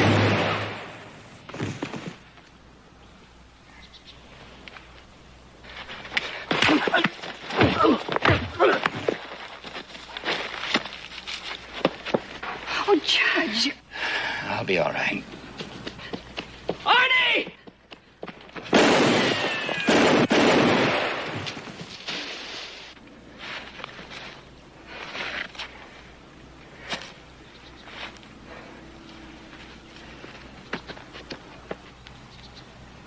Take the horse.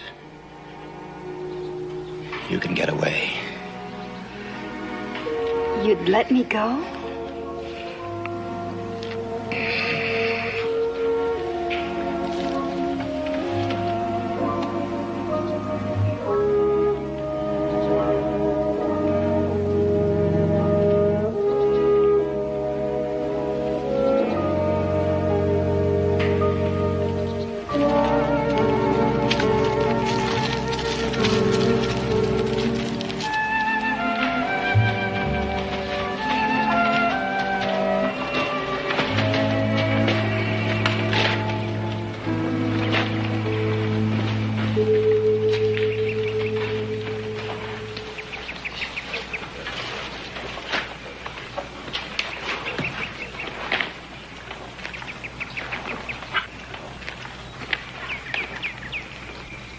bet that's the longest 50 feet he ever walked.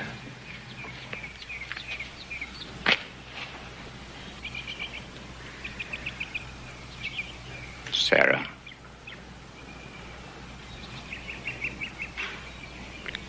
Help me.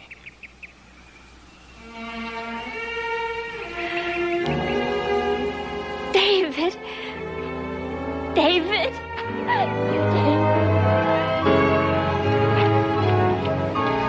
We'll get you a lawyer as soon as we get to Virginia City. Thanks. I'll always be grateful to you both. Oh, you get a fair trial now. You don't have anything to be afraid of. I don't think I'll ever be afraid again. What are you going to do about the judge? About telling Pa he was a friend of his? Well, we're just telling the truth that two people got lost and took them a little time to find themselves.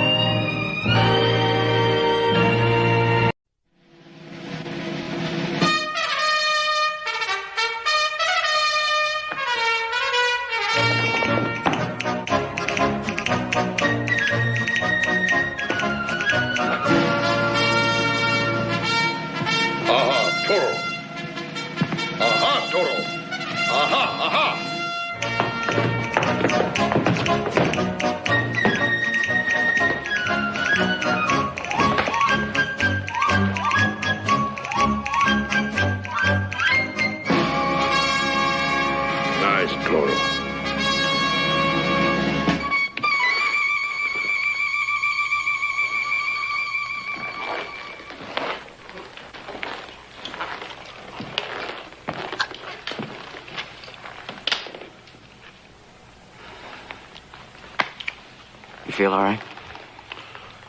I feel fine. And tell me, what was the joke? What joke? A joke. When I walked in here, you're going, ha, ha, ha, ha. I figured that staircase must have said something terribly funny to you. Dad Burnett, I was just trying to learn something about bullfighting, that's all, before Senor Tonino gets here. Well, by doing a square dance in front of a staircase? What for, anyway? Didn't Pa tell you? Senor Tonino happens to be the biggest breeder of fighting bulls in all of Mexico. And I figured the neighborly thing for us to do is learn enough about it we could talk to him intelligently anyhow. Well, how do you expect to go about learning something about it? Out of that book right there that I bought in town, that's where.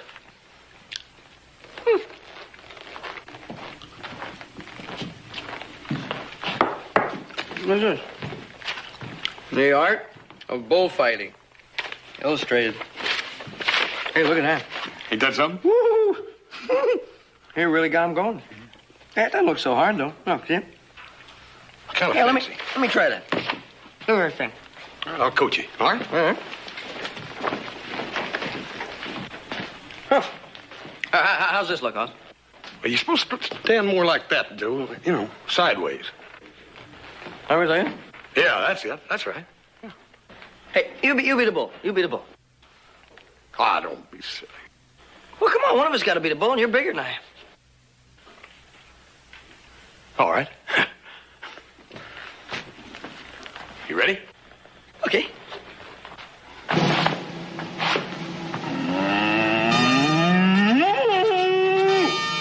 Hey, bully. Hey, bully. Hey, bully. Hey, bully. Hey, bully. Hey, Hoss. Hey, Hoss.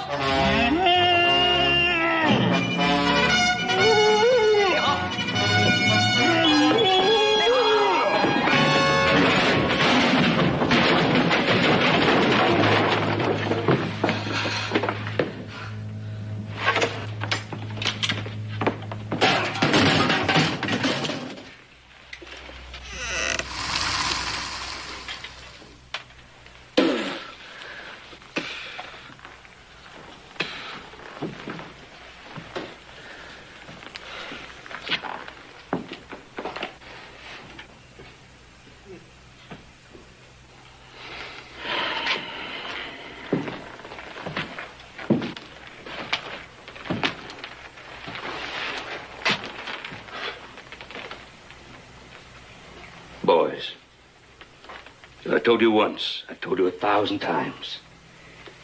If you want to do any roughhousing, do it. Outside! Sorry, Paul. Sorry, Paul. Yeah, I'm sorry, too. Yeah, you're sorry, too. I want this house to look halfway decent for Senor Tonino's visit. By the way, did you square it up with little Joe and Adam about Dolores? Dolores? Senor Tonino's daughter. It's the first time we ever heard about him having a daughter, Pa. Oh? Well, he's bringing her with him. I asked Hoss here to have you boys decide who's going to be her escort. What about that, Hoss? Huh? Well, actually, I didn't want to make no problems for you and Adam, and... How old is she? I'd say in her early 20s. Oh, and that's a problem? Hey, look, Paul, there ain't no use in us making a great big fuss about who's gonna be escorting Dolores. Just leave me out of it. You boys decide among yourself who's going to be her escort, or perhaps she would like to make her own choice. Is that fair enough? No problems? No problems. No problem. We got problems.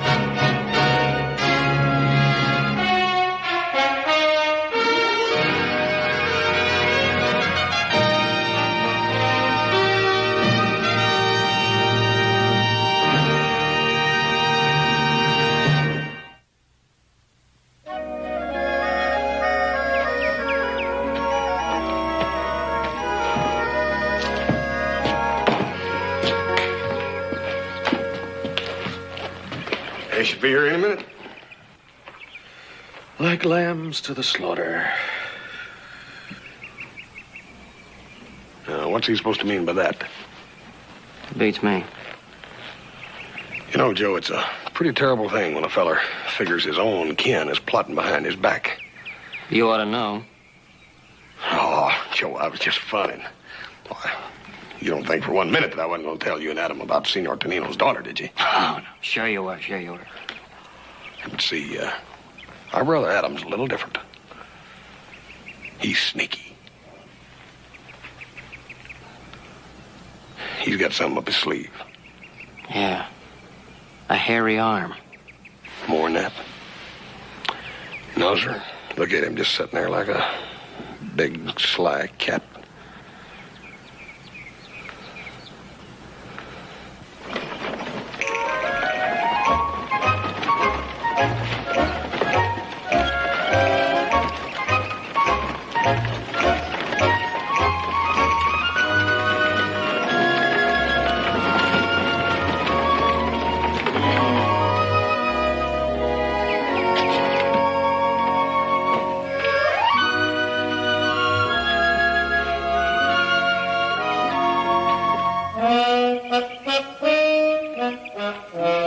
Boys, I'd like you to meet Senorita Dolores Tonino and her father, Senor Francisco Tonino. Senorita? Welcome to the ranch, Senorita.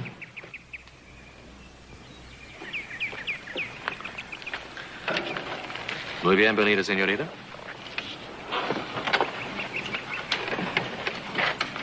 Su belleza es admirada y bienvenida. Y claro, un gran cambio la panorosa. Y haré lo mejor posible que mis hermanitos no sean malcriados por el tiempo que usted esté aquí. ¿Malcriados? Sí. Thank you, senor, for your warm welcome. And in such good Spanish. But don't worry about me. I think I can take care of myself. Gracias.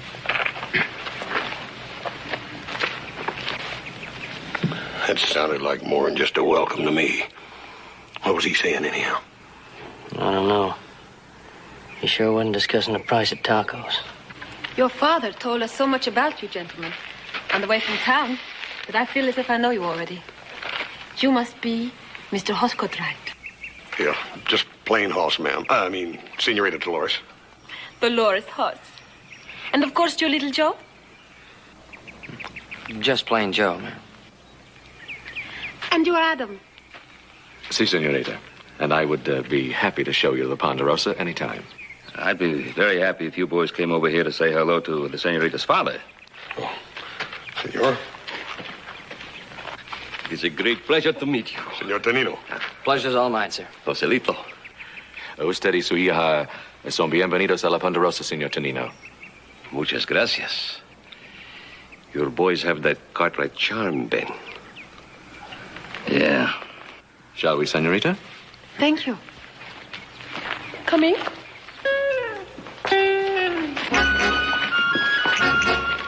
Oh, boys, there's some luggage here. There's some luggage here that...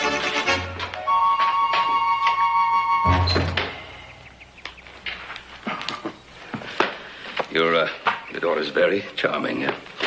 Francisco, why don't you go ahead inside and I'll get some help with the luggage.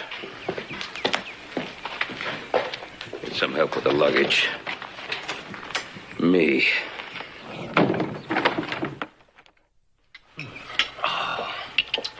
Ben, the dinner was delicious. And I would like to thank, what is his name? Poop Sling? Hop Sing. Hop Sing. He'll be very pleased. As a matter of fact, he was quite concerned that the cooking might not please you. Oh, if he ever decides to leave you. Oh, Father. You had better keep a sharp eye on Hopsing, or Father will be trying to steal him away. Well, I'm glad you warned me. Your stories about those fighting bulls you raised down in Mexico is mighty interesting, Senor Tadino. I'm glad I didn't bore you. Oh. But if you are really interested, Dolores is an expert on the technique of fighting the bull. Really? Well, if these young folks will excuse us, I'll show you that gun collection. Good, good. I've been looking forward to it. Excuse me. You know, I've always made it a practice of collecting only those firearms that can be put into good shooting condition.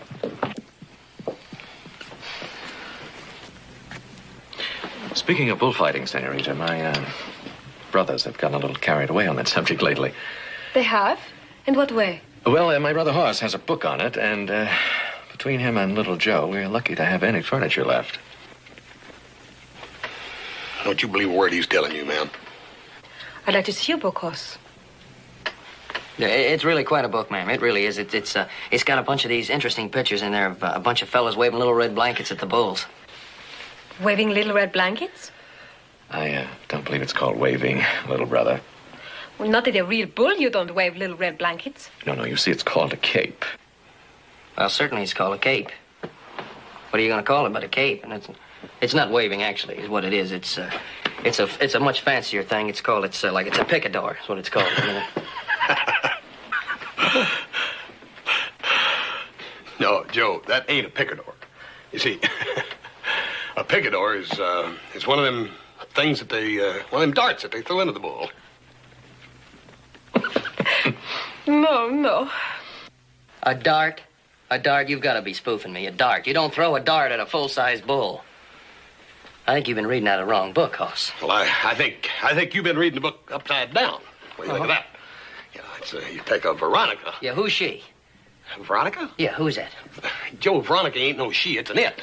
A Veronica is a thing it's a thing. That's what it is. It's a thing you do with a cape. Oh, it's a thing. You know everything that's in this book, obviously. That's right, yeah. You must be a pretty big authority on everything that's written in that book, right? Right. All right, then you tell me something. You tell me what is the difference between a matador and a Macarena. Yeah? What is the difference? Very simple. The difference between a matador and a Macarena, matador, Macarena. Yeah. Well, you see, a matador and a Macarena, they ain't no whole lot of difference in them. The fact is that the difference between a Macarena and a matador is that, well, really the difference is that a Macarena is the feller that comes out about 3 feet behind the matador when they come out into the arena to fight. Now, that's really what the difference is between a Macarena and a matador. Ha! Don't ha me! That Bernard, I'm the one that bought and paid for the book, ain't I? Oh, just because you bought and paid for the book, that makes you an authority on everything that's written down there in that book. Is that right? Joe, you're getting me just about half riled up. All I'm Well, trying I'm to... telling you that... Hey, where's that coming from? Hey, where's Dolores? And where's Adam? Joe, we've been had.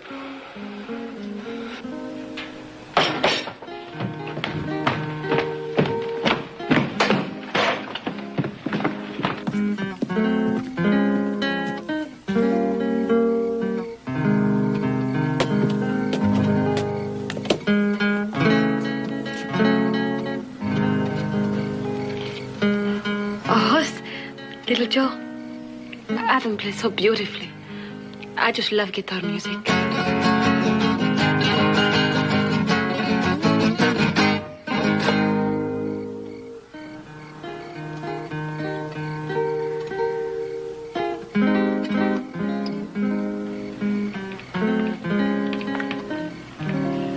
You and your book.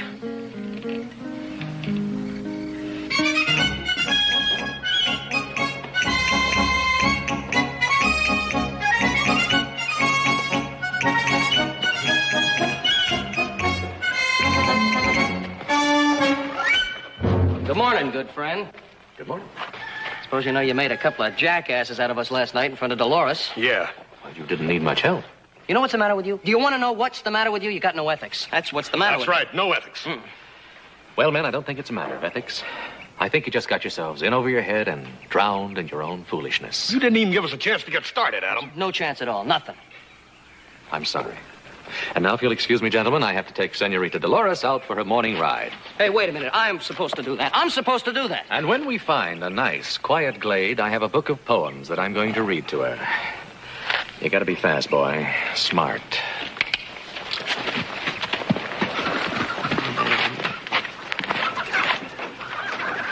Joe, I got a sneaking hunch that he's gonna be mighty hard to catch.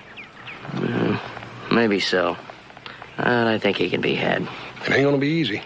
Not the way he plays that guitar and all them soft-soaping poems of his.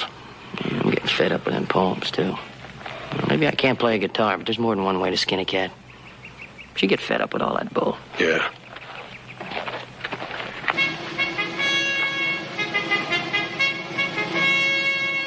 Yeah. Come on.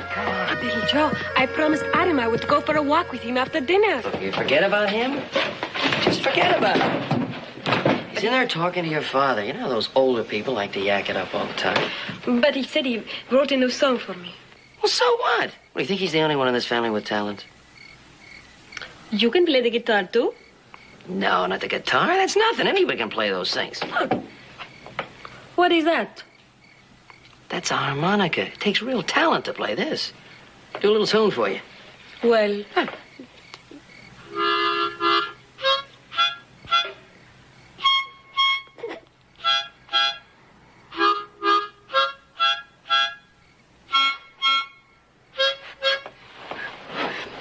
Oh, don't you like that tune? I've got a million of them. Well, it is so soon after dinner.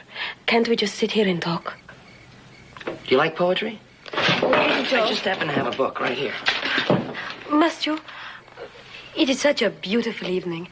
And can't we sit here and just enjoy it? Yeah, well, that sounds good, too. I just didn't know if you wanted to do that. You know, girls say they like poetry and music. But the men that really impress them are those of strength, of courage, of physical action. You know, that's me. Of courage, like the matador of my native Mexico. When a man can fight a bull, senor, then he is a real man. You know, man can do a lot of things besides fight bulls, though. Can they, senor? Well, what's been going on out here? I heard a noise, something like a cat with its tail caught in a ringer. Sorry to keep you waiting, Dolores. I've got that new song for you whenever you're ready. Well, you go right ahead and sing, Adam. He thinks that's what women like.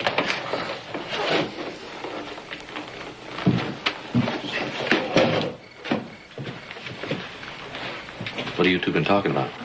How girls are impressed with soft words and beautiful music.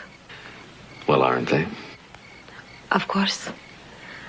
Adam, please play for me.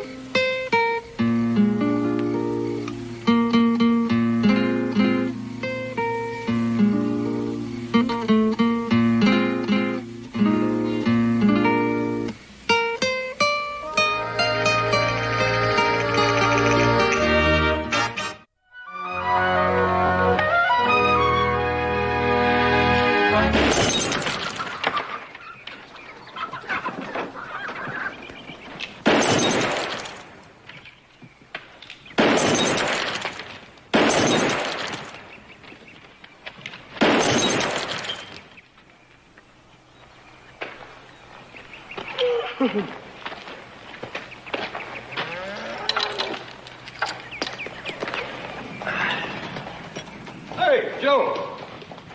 How you doing, Hoss? What are you doing?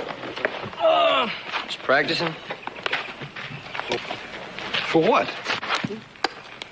Women like men of action. Strength, physical courage. Who told you that?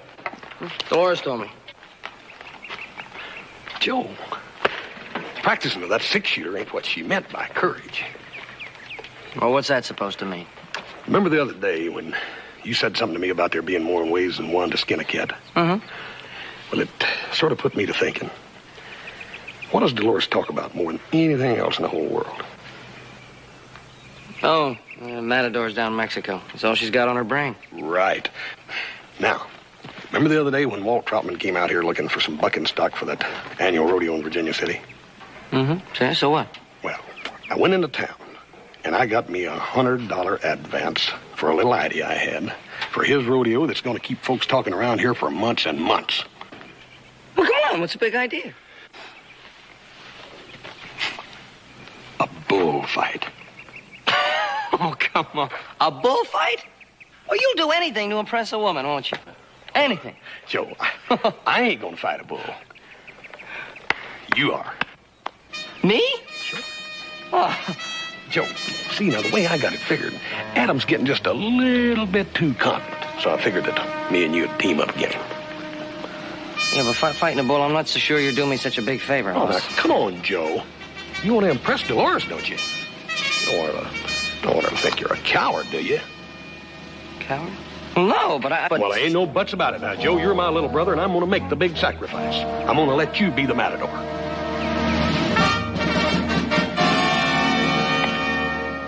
Thanks, Hoss. Nothing. Now, what we got to do first, get some bulls out here for you to practice on. Oh, hey, but maybe first we ought to talk about that $100 advance.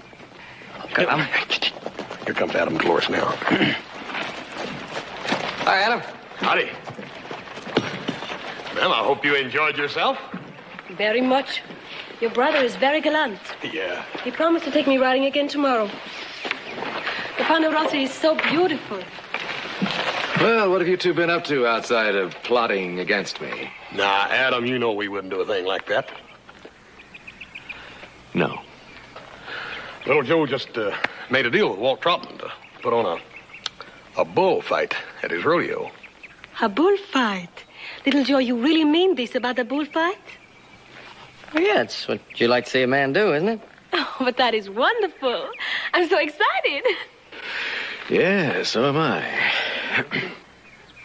Oh, little Joe, this will make my stay at the Ponderosa complete. It will be a touch of home here. Arena, bulls, and my American matador.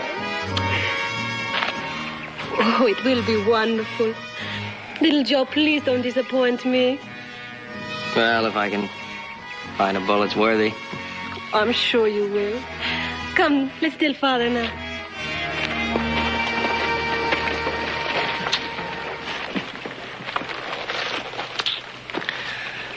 My, he's a crafty little fellow, isn't he? Yeah, he sure is. And he's right good pay, too.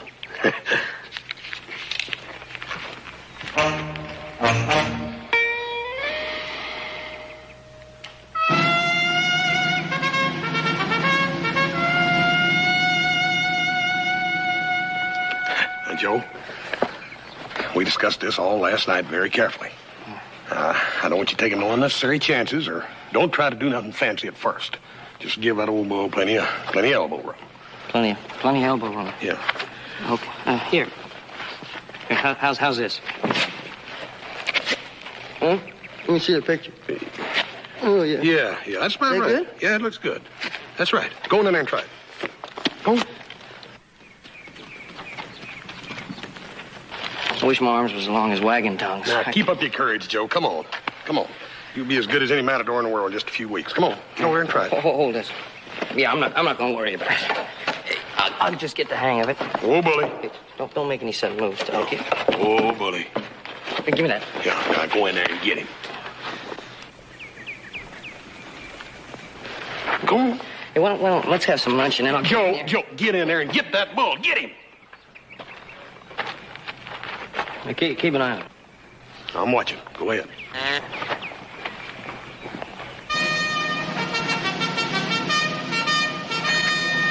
That's right, Joe.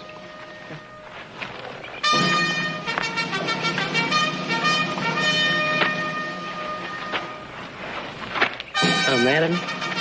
Go on up there after him. Get up there close to him. Hey, that bull don't have much spirit, Hoss. Look, Joe, you're supposed to talk to him, just like it says here in the book. On page 80, it says right here, you're supposed to say, aha, Toro. Aha, Toro, that's what the book says. Say aha, Toro to him.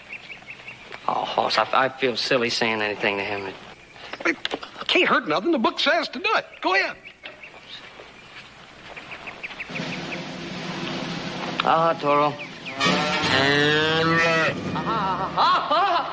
Oh, hey, that's a thing he wanted to hear. Yeah, it worked. Loud. Okay, here we go then.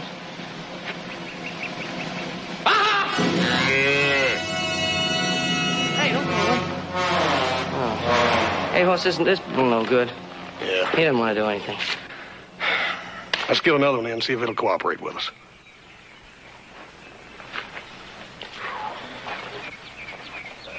Hey, bully. Hey, will you pay a little attention to me, please? Look at the cave. That's supposed to get you... Oh, well, what's the use? I don't know what's the matter, Hoss. Maybe I'm using the wrong accent. That's the fourth critter we've tried. We're going to have to go through the whole herd before we find one that'll charge a cape. Yeah. Maybe if I got in behind him and pushed him at you a little bit, huh? Well, anything. I don't want a big charge, just a little charge. Get around in front of him and I'll push him. See what happens. Oh, bully. You ready? Just charge him right into me, Hoss.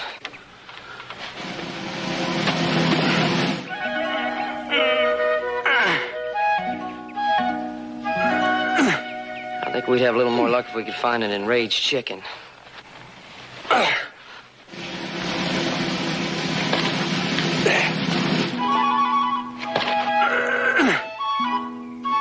Oh, come on, but get...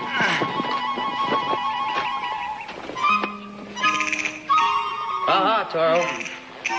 Aha. Oh, I'm scaring him to death, Hoss. Oh. Found that limit, Joe. Yeah, boy, this will fix you up. I must chase those bulls 100 miles today. Yeah, well, wasn't your fault if they wouldn't fight. Tell you that for sure. Oh, I feel like a twisted piece of barbed wire. Oh, that's cold. Yeah, first. Oh, yeah. You'll be as good as you tomorrow, Joe. I'll guarantee you that, Kemp. Oh, that feels good. Hot dog. Hey, you know, we have to find a braver bull somewhere. We got to. We got a couple more in the herd yet. Hey, that stuff's getting a little warm. You know, I could give back that advance money to old Walt. Oh, you know, I want to talk to you about that advance money. Oh, hey, this stuff is really getting hot. Yeah, well, Joe, that's what it's supposed to do. That's the way this stuff works, see? Well, you know, it must be doing a trick. Yeah. Oh, it's really getting pretty hot, you know. Ah, Joe, you're just young and tender. Yeah. Oh, hey, Hoss, it is getting hot. You know that? Hey, don't put any more of that on. It's hot, Oz. Hey, you know. It's getting hot on there. Oh. Your back is getting awful red. It's getting red? Yeah. Hey, come on, Oz, get it off. Wipe it off. Wipe it off. It's getting hotter. It's getting hot. Hey, Oz. Joe. Oz, wipe it off. Wipe it off. Wipe it. What's the matter? It's hot. Hey, what was it?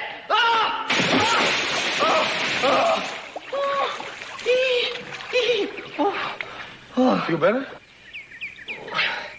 What was that stuff you rubbed on me?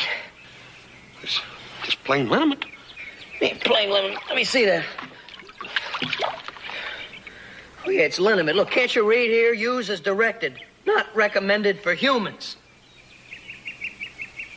That's me, human. It's just recommended for ranch and farm animals.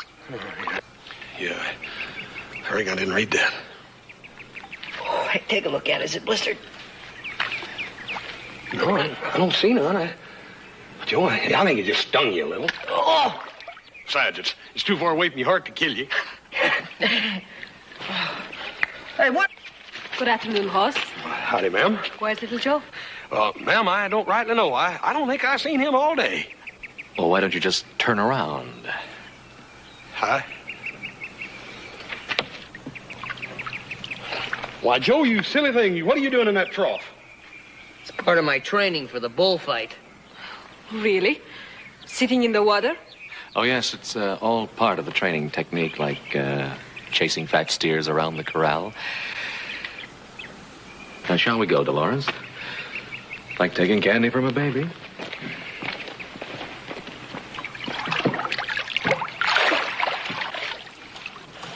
That did it. That did it. Now I'm going to make an all-out effort to get you a fighting bull.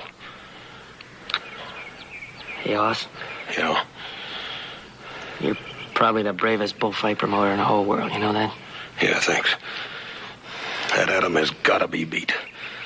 I'm going to round up the most cantankerous, most vicious, bloodthirsty, fire-breathing, meanest, dead-burn fighting bull that the devil ever created. There he is, Hoss. Well, he's big, all right, Jigger, but he don't look very mean to me. Matter of fact, he looks more like a lover.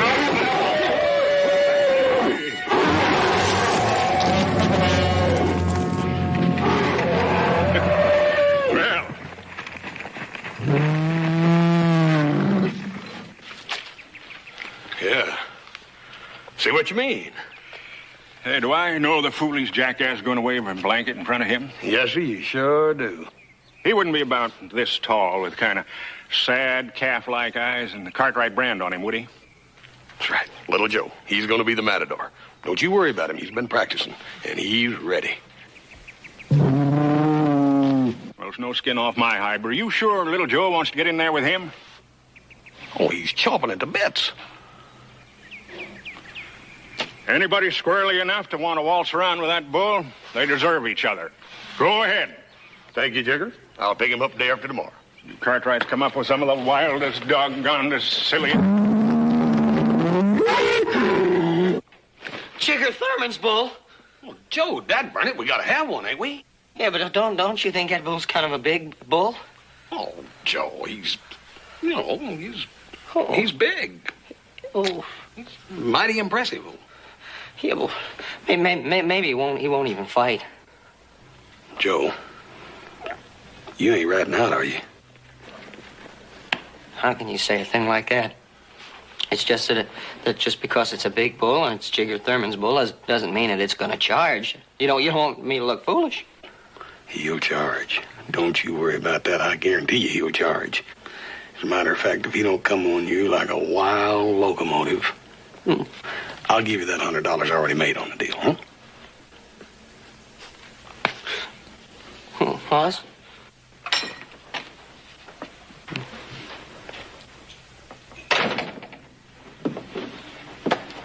Well, you found a fierce one yet?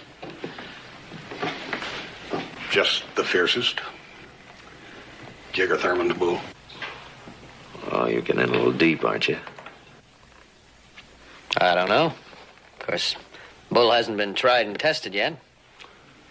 Joe here's afraid that bull might not even be ferocious enough for him. You know any more jokes? You ain't gonna be laughing like that when you see what Joe does to that bull.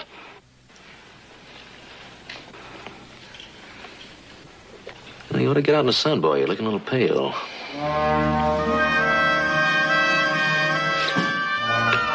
Oh, she just make sure you got that bull there on time.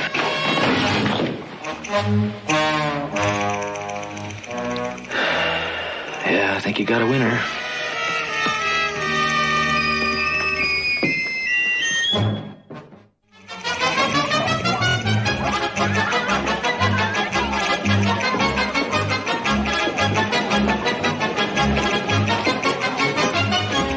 Be about 2. If Boss doesn't get here pretty soon with that bull, the show's going to start without him. It would be a shame to miss the debut of America's first matador. Or last. Thanks a lot. Aren't you excited, little Joe? Just think, America's first matador. Yeah, but see, I'm just a beginner. You know, you can't expect too much from me the first time out. Well, where'd all this modesty come from? Since Hoss got the idea of using Jigger Thurman's bull. Oh.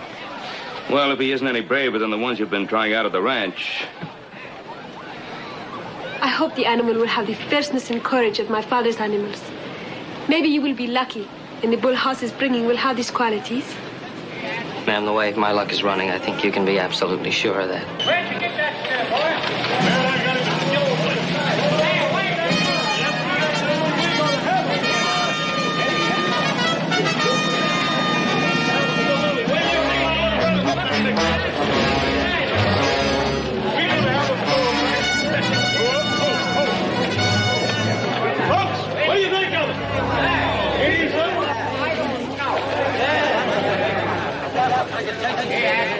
He's a lot bigger than I realized. Well, this cart is so little, Joe, it probably makes him look bigger than he really is, see? What do you got him riding backwards for? Listen, I was lucky to get him in there anyhow. I'm gonna take him on down to the corral. See you down there later, Joe, huh? Get up. Well, Joe, I'll sure cut you off a big enough slice to chew on. Oh, I'm so glad I took up the guitar.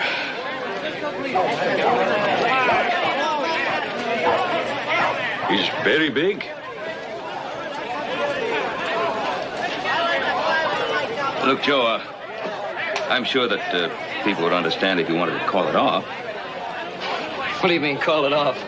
Call it off? Just because the bull is big and ferocious, probably vicious. You think?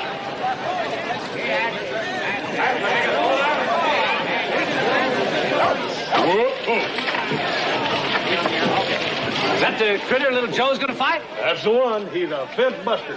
Absolutely. As a matter of fact, I feel about half guilty about putting my little brother in the pen with him. I sure do. Well, now, wait a minute. There ain't gonna be no backing out now. You sold me a bill of goods and got my advance money. I expect my money's worth. There ain't gonna be no backing out, and you're gonna get your money's worth. We're gonna put on a show this town ain't gonna forget soon.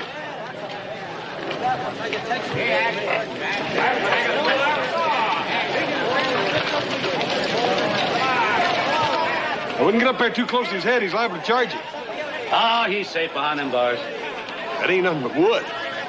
Well, you don't look so fierce to me. As a matter of fact, I think he looks a little bit like a lover. Oh, no, not that handkerchief!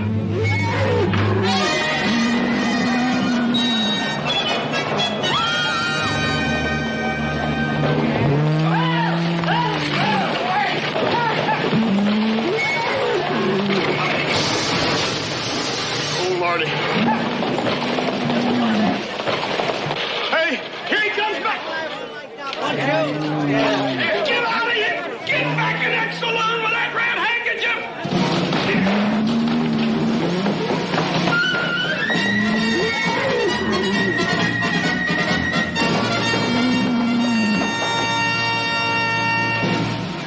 Oh, yeah.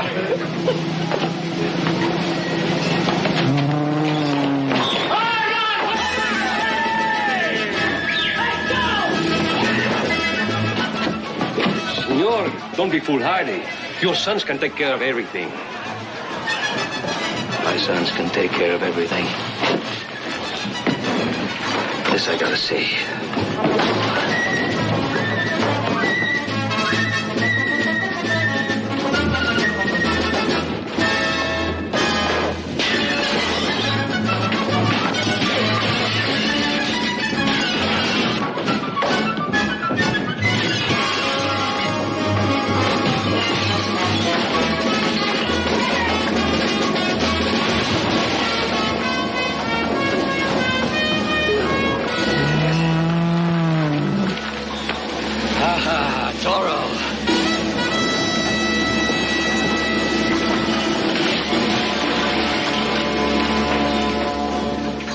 My boys can take care of everything. Hey, Joe! Adam, somebody help me off this thing! I can't turn him loose! Help! Help, Joe! Don't worry, Hoss. I'll save you. Help, Joe!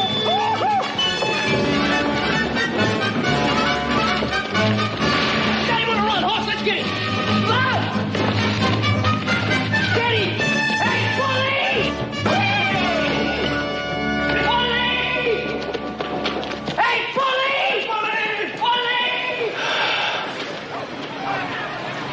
Yeah, they sure take care of things. Ole. Ole.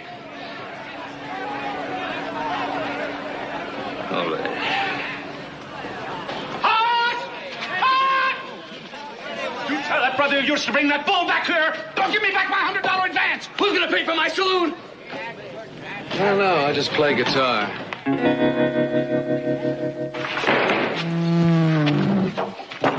Oh, boy.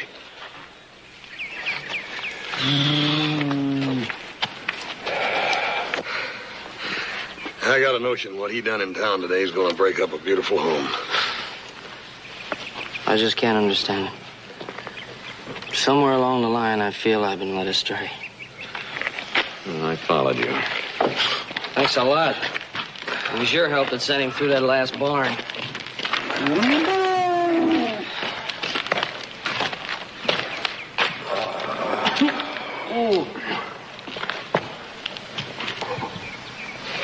You know, that thing sure felt bigger when I was wearing it.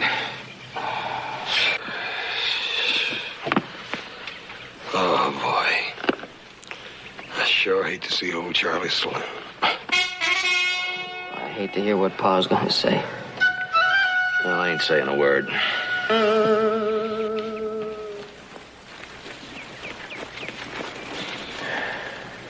Uh-oh. You think that bull did something to us? Wait till you see this. Pa, let me help you with your horse. Don't touch this animal. I don't want him stampeded all over the territory. Boy, that old bull gave us a terrible time. We tried to get him back in town, but we were lucky to get him in the corral. That bull tore down old man Garvey's new fence. Yeah, well, that happened, see, when we... He also smashed Mrs. Snavely's chicken pens to smithereens. Her hens won't lay eggs for a month, if she can find the hens.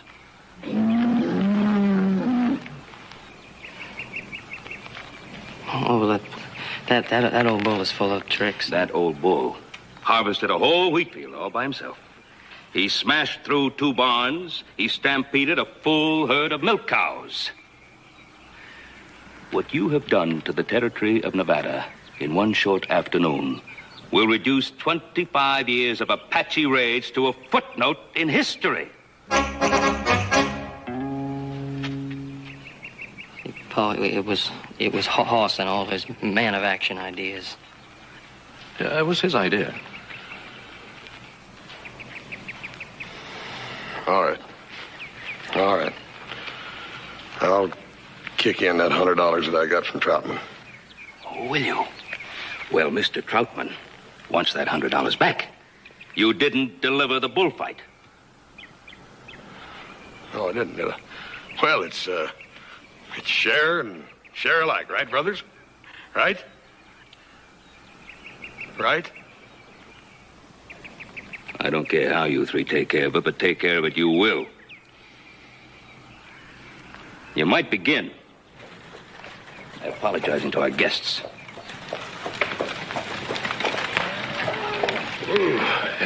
We had a very pleasant drive, Senor Cartwright. I'm sorry I had to leave you. The boys tried to get the bull back, but they couldn't hurt him. Except over here. It's a good thing they didn't get him back to Virginia City. They probably wrecked the whole town. You were magnificent.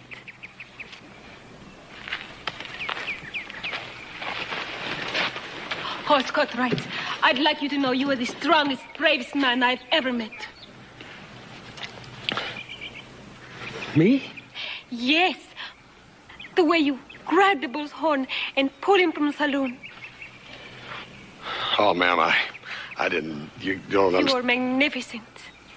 As courageous as any matador. Matador, he was hanging on for dear life. And... No, even braver than a matador. I've never seen a man do what you did today. Ma'am, Be modest if you like. But any girl would be proud to call you a hero. Well, I didn't really do anything that any other man wouldn't have done. You were magnificent.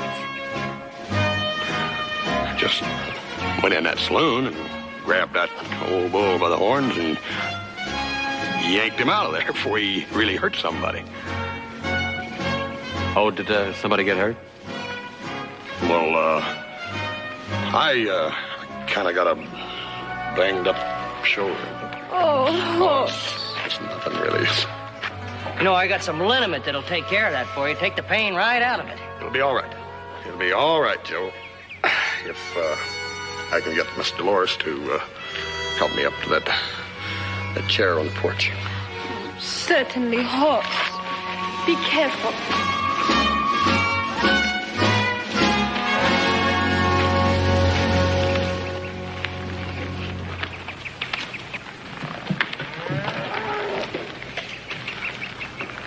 Adam, you don't think Horse would...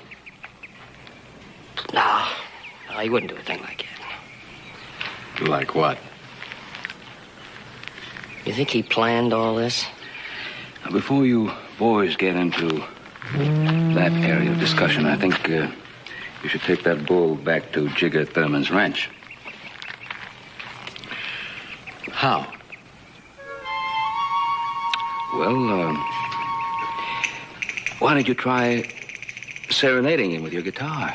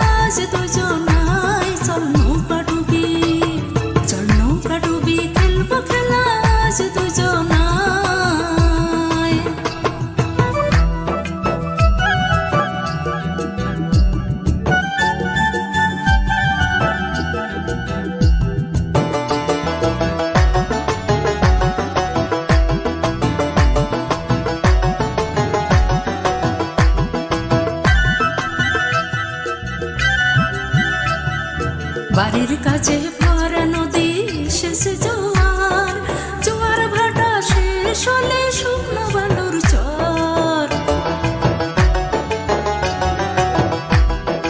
বাড়ির কাছে ভরা নদী শেষে জোয়ার জোয়ার ভাটা শেষ হলে শুকনো বালুর চর ঢেউয়ের তালে তুলতে চলে আমার নাই চার চল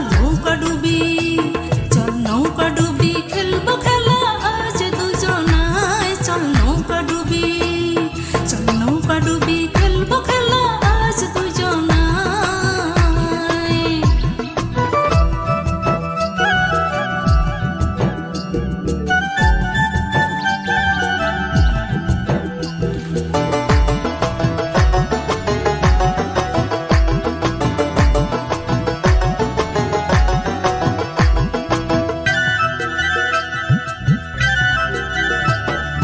আগুন মাসের আগুন জ্বলা ভরা বসন্ত ঘুমিয়ে থাকা মনটা আমার বড়ই অশান্ত